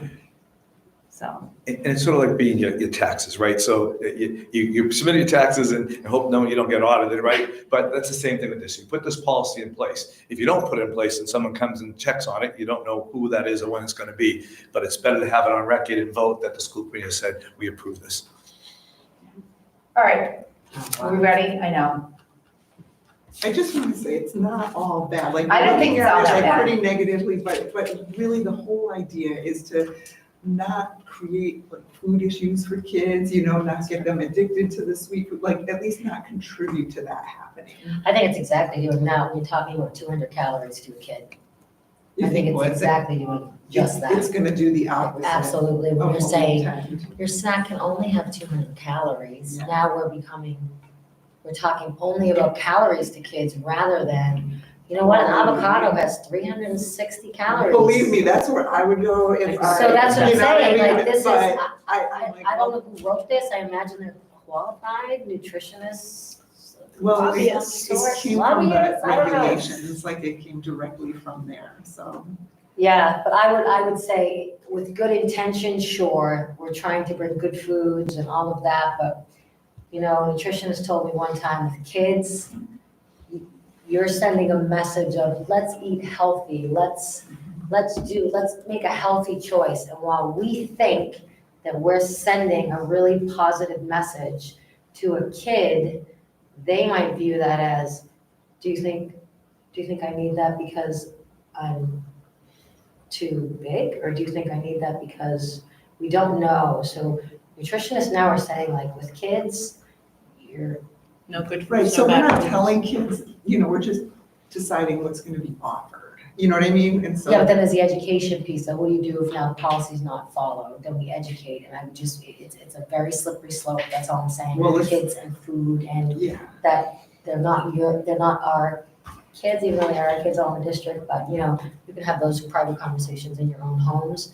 But when you open this up in a public school, I think that's, I would say shame on the federal government for putting this out. I want to say that the education is for the administration and the staff who's making decisions about what to offer. Yeah, but you have to also know peers. They are also going to very willingly give their input to their friends about that 200 calorie pack. Because that's what kids do. Because they're authorities on everything. They are, and I know it's with good intentions. I just wish it was rolled out a little bit more thoughtfully. And I know they have the hooks in you, right? Because there's The free lunch. There's the free lunch. So you have to approve this to keep the free lunch. And I don't know. I wonder, can like the adjustment counselor or the therapist in the school have their input into how it's presented? Actually, That's a good idea. the school adjustment counselor from Tohoto was on the committee, or is on the committee, yeah.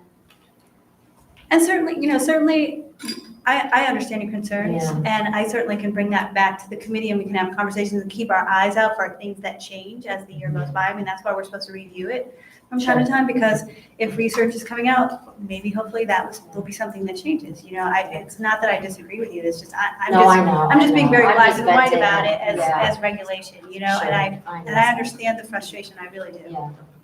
I appreciate the work. And I just also want to say that you guys are all welcome to join the wellness committee. As much participation as we can have, really. And Parents, yes, and this year we are gonna open it up and ask some kids to join with us, and Oh, that's we'd great. like to get it to be a bigger group. We're definitely interested in that, so, yeah. All right, let's vote. All right, all in favor? Aye. Mike? Did everyone vote? You asked who was in favor. Oh, yeah, all right, any opposed? I'm Aye. opposed. All right, I'm an aye as well, so that motion passes. You don't have to join. I know. All right, could I please have a motion to adjourn, or so our next meeting is September 10th, 2 weeks from now. Could I please have a motion to adjourn the meeting? So moved, second. All in favor? Aye. All right, I'm an aye as well. Have a wonderful first day of Thanks, school, guys. Good luck tomorrow, everybody. everybody. Thank you.